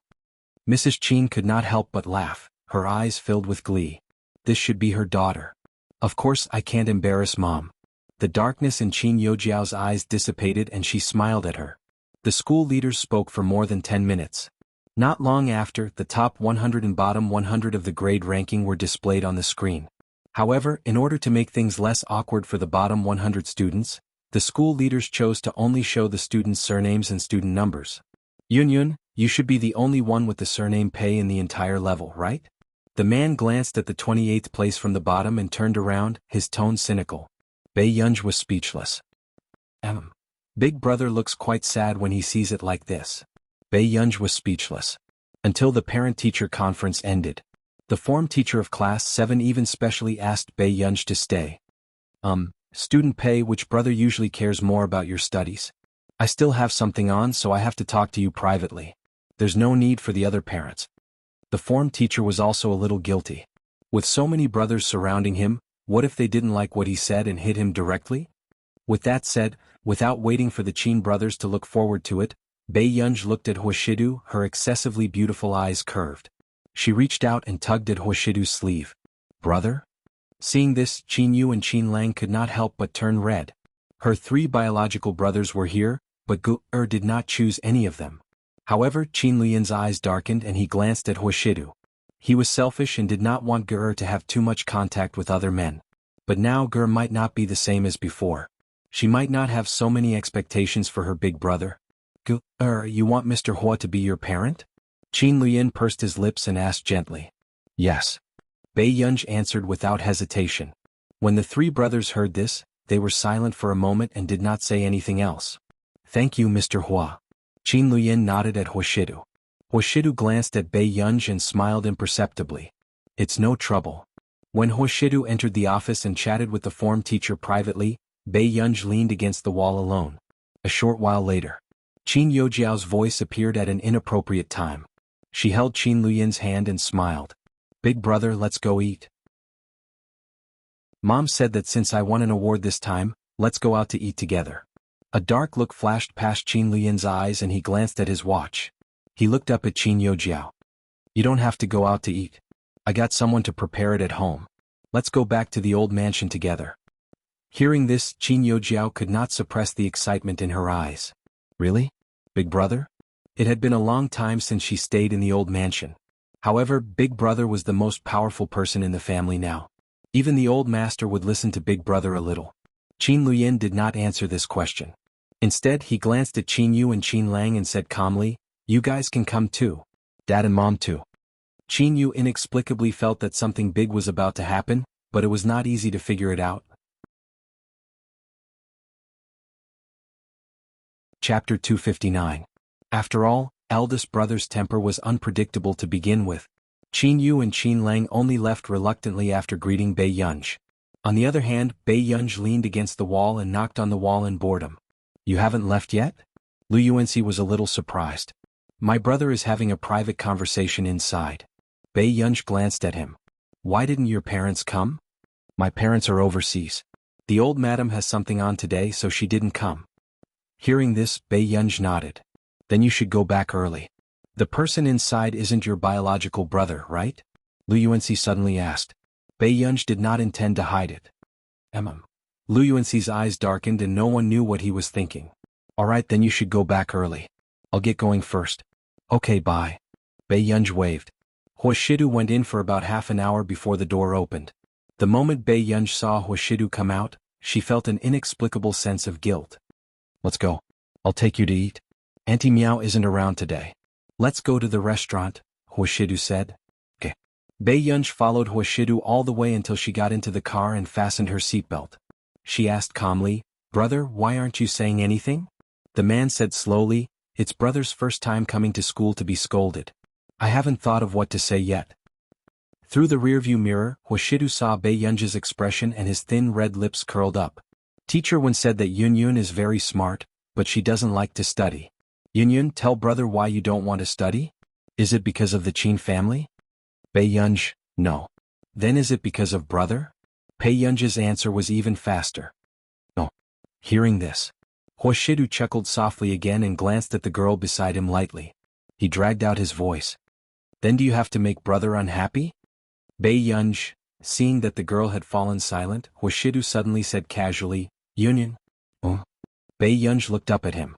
Huashidu added, open the drawer in front of you. Bei Yunj did not hesitate. She turned around and opened the drawer. She found that it was filled with a lot of candy. It's okay if you don't do well. Brother will teach you well. Bei Yunj glanced sideways and saw the man's superior jawline and handsome and noble eyes. His magnetic and lazy chuckle tickled her eardrums. I was just teasing you just now. How can I bully our Union like this? Bei Yunj's heart beat faster for some reason. She took a piece of candy and peeled it with her eyes lowered. Brother, do you want some? It's for you. Big brother doesn't eat anything too sweet. At night. Qin family's old residence. 6 people were seated at the round table. Lian, you're finally back. I haven't seen you for a long time. Have you lost weight? Mrs. Qin was very happy tonight. The people he wanted to see were all there, and the people he didn't want to see weren't there. No. Qin Lian's tone was calm as he said, Mom, I've prepared a few boxes of pearls and diamonds for you. Didn't you want the designer to design them for you last time? Did you hear that? Lu Yan is much more filial than the two of you. Mrs. Qin was overjoyed. Second brother, third brother, and Dad, I've prepared them too. The assistant will bring them over later. Qin Luyan slowly cut the steak and took a sip of red wine. Big brother, what about me? Qin Yu pouted coquettishly, thinking that Qin Luyan wanted to give her a surprise.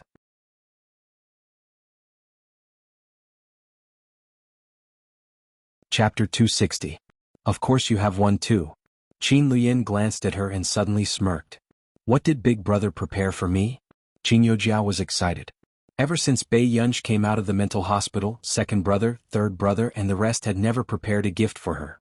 I prepared a household registration certificate for you. Qin Luyan's slow words made Qin Yojiao's face pale. The knife and fork in Mrs. Qin's hand also fell to the ground. Then she quickly stood up. Luyan, what nonsense are you talking about?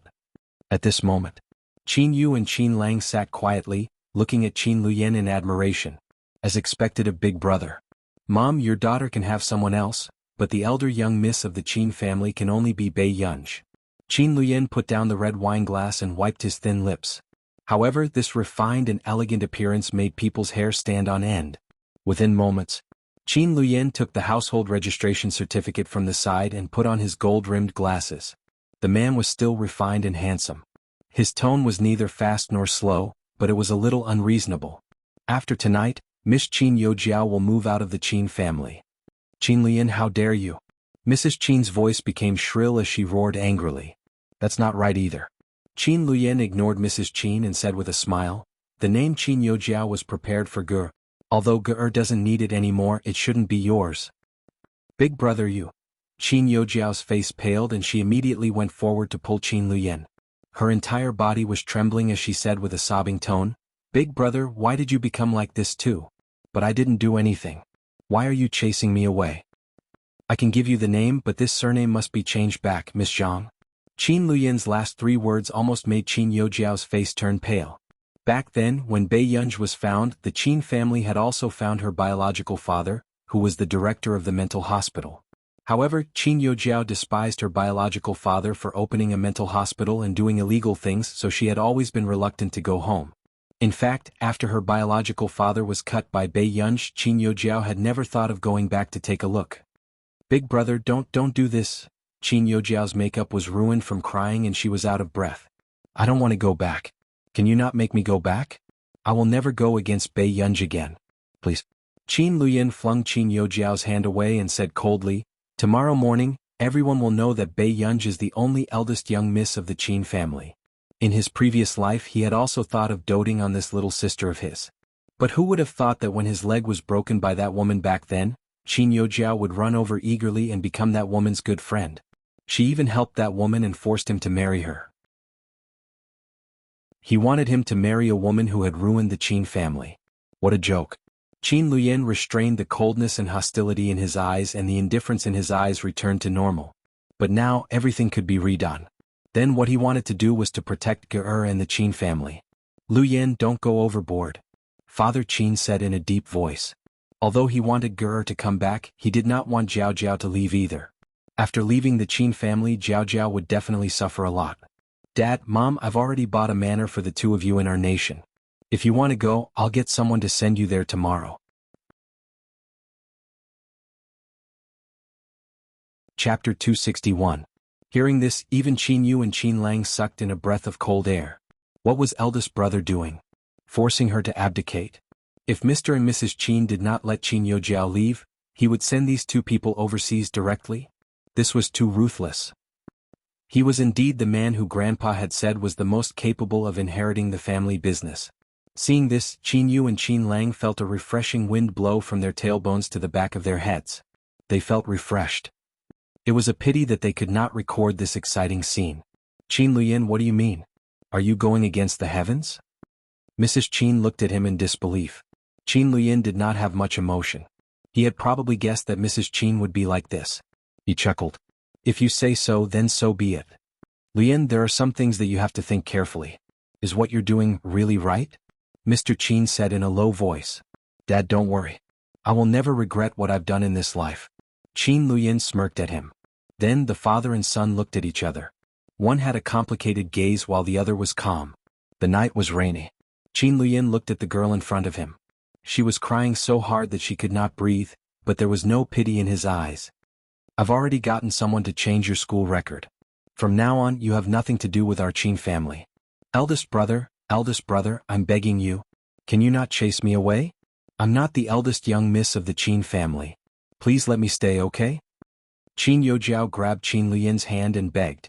She was drenched and looked disheveled, her eyes filled with tears. However, looking at this scene, Qin Luyin chuckled. This scene was too familiar.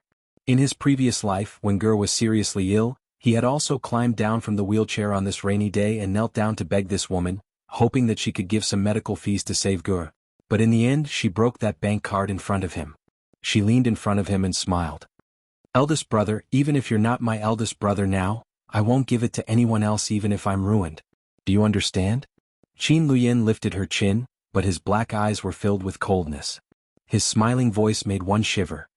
Qin Youjiao, I didn't kill you because I had my reservations. Is that clear? After saying this, Qin Youjiao looked into Qin Luyin's cold eyes and the coldness spread to her bones unconsciously. She shuddered. Big brother had never looked at her like that before. Such a big brother was too terrifying. The next day, another explosive piece of news came from the Qin clan, shocking everyone.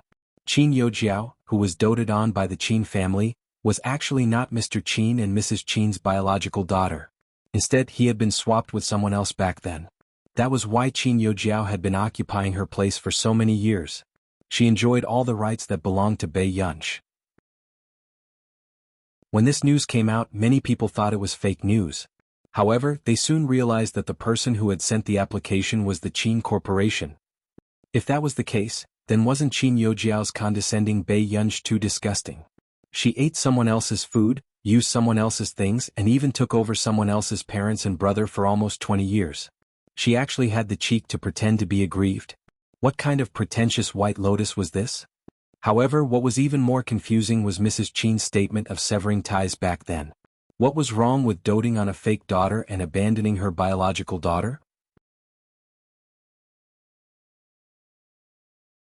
Chapter 262. Perhaps because the news this time was too sensational, the popularity of the topic remained high. It was at the top of the list for the entire day. The netizens were also discussing. What is the Qin family doing? It's all about their family every day. It can't be, our beloved little Princess Qin is actually a fake daughter, heartbroken? Then didn't that little celebrity who was so arrogant and said that she was Qin Youjiao's best friend suffer a huge loss? She offended the real young lady. Isn't this her fate of being frozen? Someone in the industry exposed that the company Qin Youjiao is in can't do it anymore. It will definitely go bankrupt in 3 months. This comment is proof. No wonder the Qin brothers are so protective of Bei Yunch. How can they not protect their biological sister? The real young lady's life is really good. She's not in the Qin family and is still Director Lin's daughter. Even if she's not their biological daughter, she's still a daughter they've raised for almost 20 years. The Qin family is too tasteless. Arrange it for me. I want the analysis upstairs. Contrarian Research Institute. Because of this incident, more than half of Qin Youjiao's fans had left. After all, Qin Youjiao had become popular because of her fair and rich beauty. But now, the Qin family had personally criticized her for not being the Qin family's eldest young lady, so many fans could not accept it. Especially the storm of Qin Yojiao mentioning Bei Yunji in the livestream. This was not over yet. The next day, this matter was also spreading like wildfire in Hengda High School. Even the girls who usually played well with Qin Yojiao started to talk bad about her. Even Ling Jiwei, who was in the same class as Bei Yunji, did not look too good. She never thought that Bei Yunji was the real eldest young lady of the Qin family and Qin Yojiao was actually an imposter? All these years, she was actually trying to please a fake young lady of the Qin family? There were many people who had the same thoughts as Ling Jiwei. However, because of this matter, many people gradually understood that Bei Yunji was really not to be offended. Master Pei, let's go to the canteen for lunch. Chu Zhixing lost weight very quickly. This was probably because Lu Yuanxi often dragged him to play basketball with him. One could vaguely see the heroic spirit in his eyes. All right. Bei Yunji was not in a good mood. She went to the cafeteria with Chu Zhixing and Lu Yuanxi. But what he didn't expect was, at this time, someone actually came to find trouble with her. Cheng Zihuai held Qin Yojiao's hand and walked in front of her with a dark expression. Bei Yunji, you should have some self-awareness. Even if you are the eldest daughter of the Qin family, no one will think that you are very powerful. Cheng Zihuai sneered. You were just born into a good family. Other than that, how can you compare to Jiao Jiao? Bei Yunji's appetite, which was already not very good at noon, became even worse. She suddenly laughed, her eyes bright and flamboyant. Bei Yunji looked up slowly, a cold glint flashing in his eyes. He patiently said playfully, "Student Cheng, can you get lost?" As soon as he finished speaking, everyone present couldn't help but gasp. Cheng Zihuai was the most handsome boy in Hengda and also the most outstanding senior in the third year of high school. Even Lu Yuanxi had never spoken to Cheng Zihuai like this before. Bei Yunji. Cheng Zihuai's expression darkened. Cheng Zihuai, as a man, are you looking for trouble with girls whenever you have problems? Lu Yuanxi interrupted. Cheng Zihuai's eyes swept over Lu Yuanxi coldly before they landed on Bei Yunji. He laughed coldly. No wonder you're so powerful. So you found a helper. Chapter 263. With that said, he glanced at everyone again as if what he said to Bei Yunji just now was also said to everyone. Qin Yojiao is my fiancé. This matter has been decided a long time ago. I also want to know who wants to go against the Cheng family. With that said, the thoughts of many people who wanted to ridicule Qin Yojiao immediately dissipated. They almost forgot that Qin Yojiao and Cheng Zihuai had such a good relationship. Even if she wasn't the Qin family's young lady, she would still be the young madam of the Cheng family in the future. Indeed, they could not offend her. However, at this moment, Bei Yunji suddenly laughed and stood up slowly. This scene made Lu Yuanxi's eyelid twitch and he had a bad feeling. Yunji. Before Lu Yuanxi could finish speaking, he saw Bei Yunji walking in front of Cheng Zihuai slowly. Bei Yunji, what else do you have to pretend for? Cheng Zihuai snorted disdainfully. Haven't you always been jealous of Jiao Jiao and think that Jiao Jiao stole something from you? Why don't you see if you're worthy of being with Jiajia? Before he could finish speaking, before everyone could react, they saw Cheng Zihuai being thrown over his shoulder by Bei Yunji. Why are you so arrogant in front of me? Bei Yunji's beautiful and charming eyes were filled with uncontrollable ruthlessness as she spoke with a smile. At this moment, the scalps of those who saw this turned numb. Fortunately, they did not go and provoke Bei Yunji back then. He had actually dealt with Cheng Zihuai in front of so many people. Big boss. She was really a big boss. Not to mention the others, even Lu Yuanxi, who was sitting not far away, dropped his chopsticks in shock. Lu Yuanxi was perplexed. Why was his desk mate so wild? Suddenly, Cheng Zihuai's furious voice sounded. Bei Yunji. He was actually beaten up by a girl in front of so many people in school? This girl was Bei Yunji. Without giving him a chance to stand up, Bei Yunji stepped on Cheng Zihuai's chest ruthlessly and rubbed it carelessly. Cheng Zihuai's face turned pale from the pain and he almost shouted out loud. Her bright eyes were full of impudence as she laughed again. To be honest, I've wanted to do this for a long time, student Cheng. If it weren't for the parent-teacher conference yesterday, she would have smashed the chair on Cheng Zihuai's head. At this moment, seeing this, Qin Yojiao's legs still turned weak. She did not expect Bei Yunji to hit her. This woman even dared to teach Cheng Zihuai a lesson, let alone her. So, don't look for trouble with me for no reason. Bei Yunji's red lips curled into a smile. She bent down slightly, but the smile did not reach her eyes. Otherwise, I'll be stepping on your head next time. After that, just as Cheng Zihuai felt that his bones were about to break, Bei Yunj suddenly lifted her leg. She turned to pick up her plate and asked lazily, "Are you guys going to continue eating?" Chu Zhixing and Lu Yuanxi reacted and shook their heads frantically. If he didn't leave now and the teacher on duty saw him, this ancestor would enter the principal's office again. After Bei Yunj left, Cheng Zihuai's expression was terrible and the people around him did not dare to look at him. "Zihuai, are you okay?" Qin Youjiao went forward and asked with concern. Cheng Zihuai did not care that Qin Youjiao had watched him being taught a lesson just now. After all, Qin Youjiao was just an ordinary girl. She was probably shocked as well. "I'll make her pay the price sooner or later." Cheng Zihuai's face was almost livid as he gritted his teeth and said this. "Master Pei, isn't your temper too bad today?" Chapter 264. Lu Yuanxi could not help teasing. At this moment he could not help but remember the first time he met Bei Yunj. It seemed like Bei Yunj had saved him some face back then, otherwise if he was beaten up in the canteen he would probably be depressed for a week. "Really?" Bei Yunj raised an eyebrow. Lu Yuanxi immediately said honestly, "This morning when I saw you sitting, I didn't even dare to ask you to move when I got into my seat." This morning even the corners of Bei Yunj's eyes were slightly cold and the atmosphere was inexplicably low. Unfortunately, Cheng Zihuai's eyes were on his head and he still threw himself at the gun. Bei Yunj was speechless. She did not notice this. This morning, when she heard Huashidu say that she would go to his office to do her homework from Friday to Sunday, she was a little resistant. However, she did not expect even Lu Yuanxi to notice it. Bei Yunj recalled that when that man sent her to school this morning, he had even scratched her chin and smiled seductively. "Why are you so happy to do your homework in brother's office? Why are your ears red?" Bei Yunj was speechless. This man was indeed lying to her. After school, Qin Youjiao had just left when she heard a voice beside her. "Jiao Jiao." Qin Youjiao looked up instinctively. When she saw Mrs. Qin, she immediately ran over and hugged her, crying uncontrollably. "Mom, are you the only one who still wants me at home?" Qin Youjiao choked. "It's not convenient for your father to come over either. After all, your older brother?" Mrs. Qin's expression did not look too good either. She did not expect Qin Lian to be so ruthless the moment he returned. "Mom, then can I go home in the future?" Qin Youjiao was really afraid that she would return to her original family. "Jiao Jiao, don't be afraid. Mom is here. I won't let anyone bully you." With that said, Mrs. Qin took out a key and a bank card. "This is the residence your father bought previously. Jiao Jiao, you can stay there. Although Mom can't accompany you, I won't let Jiao Jiao suffer. And this card has 6 million yuan. You can't move too much for the time being. I'm afraid your older brother will find out." Hearing this, Qin Youjiao hated Bei Yunj even more. Why did Bei Yunj come back? Why did she have to lose everything she had for so many years? "Mom, do I have to live outside in the future?" Qin Youjiao's eyes reddened. It was only now that Mrs. Qin realized that Qin Luyan was the most similar to Old Master Qin.